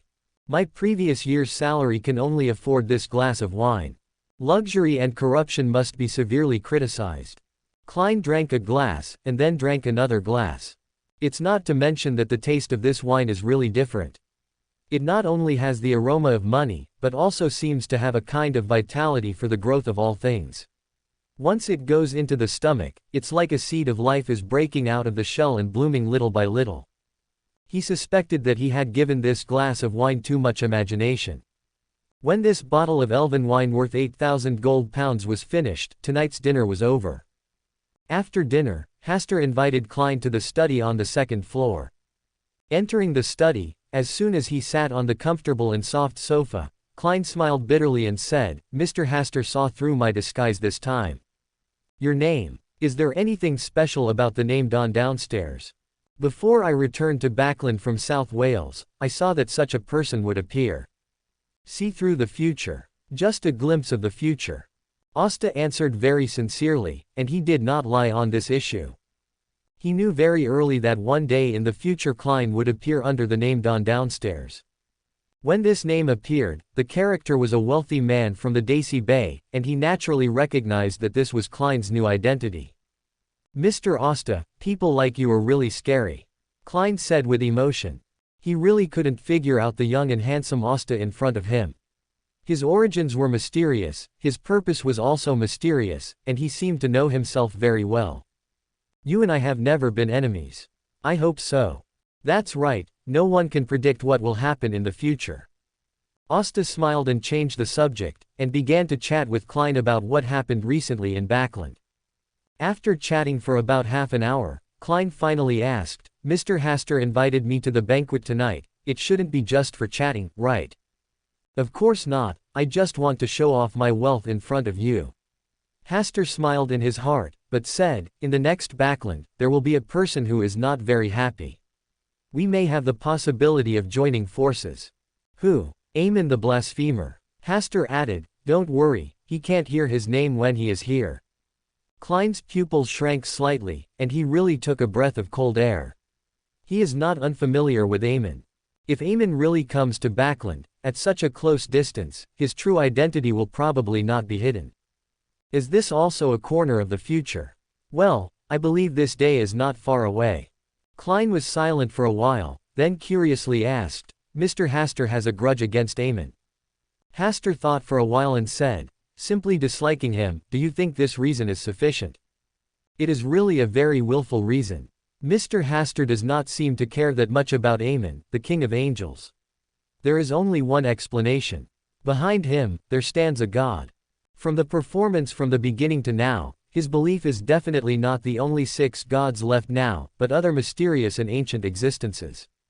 The only ones who have been active recently are the stars and the King in Yellow, and these two should be the same existence. That is to say, behind Hasta are the stars, and he is a believer of the stars.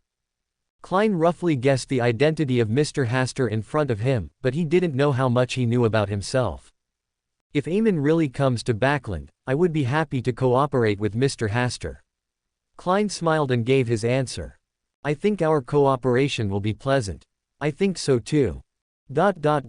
Since the police announced that the Belrand Bridge case was solved, Backland has been much quieter recently. As the captain of a Red Glove team, Leonard has had a smooth career and made many contributions recently. With Hasta's secret intelligence, he led his team to destroy more than a dozen bases of secret organizations. These include the Moss Ascetic Order, the Aurora Order, the Witch Cult, the Twilight Hermit Order, the Secret Order. Mainly the Moss Ascetic Order and the Secret Order, the one that shocked Leonard the most was the Twilight Hermit Order. He couldn't imagine that there would be such a big shot who would join the Twilight Hermit Order in secret. At first he was a little scared, after all, this secret organization was very unusual, but when he asked the old man in his body, the old man told him to let it go, saying that he had been watched by so many beings, and what was an atom. He thought that this was the truth, so he treated everyone equally, and he investigated everyone on the list one by one. The Church of the Goddess of Night gave him a lot of power in this matter and silently cooperated with his actions. After sweeping like this for more than 2 weeks, the whole Backland became much quieter, and the rats who dared to show up again were much fewer than before. Leonard also got the reward for his meritorious service as he wished, and everything went so smoothly that he couldn't believe it himself. Old man, what you said before really makes sense. Misfortune is the beginning of good luck. The old man in the body just snorted lightly and ignored the silly boy. Old man, why did you suddenly stop talking? Hee, do you really want me to say it? You can say whatever you want. I am now blessed and have a smooth road ahead. Be careful of excessive happiness and sorrow. Old man, I don't see the sorrow there. Leonard's pupils shrank immediately, and he clearly saw where his sorrow was. The immortal witch Miss Celine Fina was actually standing on the street below, waving at him through a window across 2 floors. Count Hall's house. Mr. Asta is coming to visit tonight. He likes to eat sweets, so he has to ask the dessert chef in the kitchen to prepare them in advance. However, is it not good to eat too much sweets? Audrey thought divergently for a while, and the corners of her mouth could not help but rise slightly. Her beautiful eyes like emeralds turned, and she saw the time on the wall clock. She put away all her thoughts and returned to her bedroom. In a corner of the bedroom, Susie, a big golden retriever, was lying on the ground with her two front legs crossed, which was very elegant.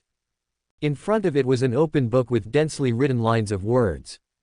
Susie raised one of her front legs from time to time, fiddled with it to turn the pages of the book, and read it very seriously.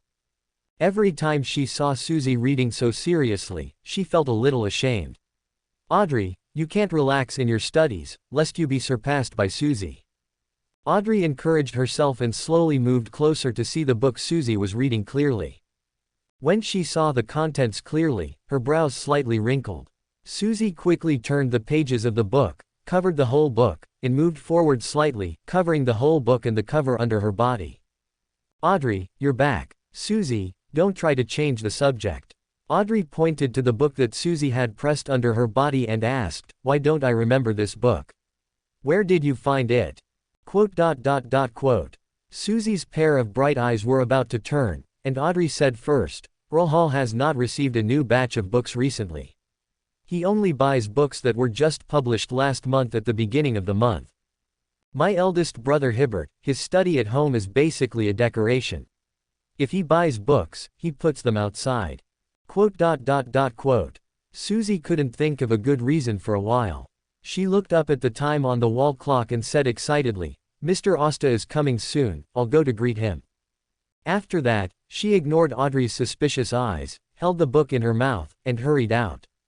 "Susie, you are becoming more and more dishonest now." Audrey was sure that the book was not her family's collection. Mr. Asta must have secretly bought it for Susie. No wonder Susie agreed so readily last time. "Mr. Asta, humph, you are also dishonest with Susie." Audrey pouted slightly and waved her fist lightly. At the door of Earl Hall's house, Asta, who had not yet gotten off the carriage, yawned for no reason, and always felt that something was wrong. For more thrilling fanfiction stories like this, check out my channel Fanfic audiobook. Dive into epic adventures, mysterious realms, and legendary journeys brought to life through immersive storytelling. Don't forget to like, share, and subscribe for more amazing audiobooks.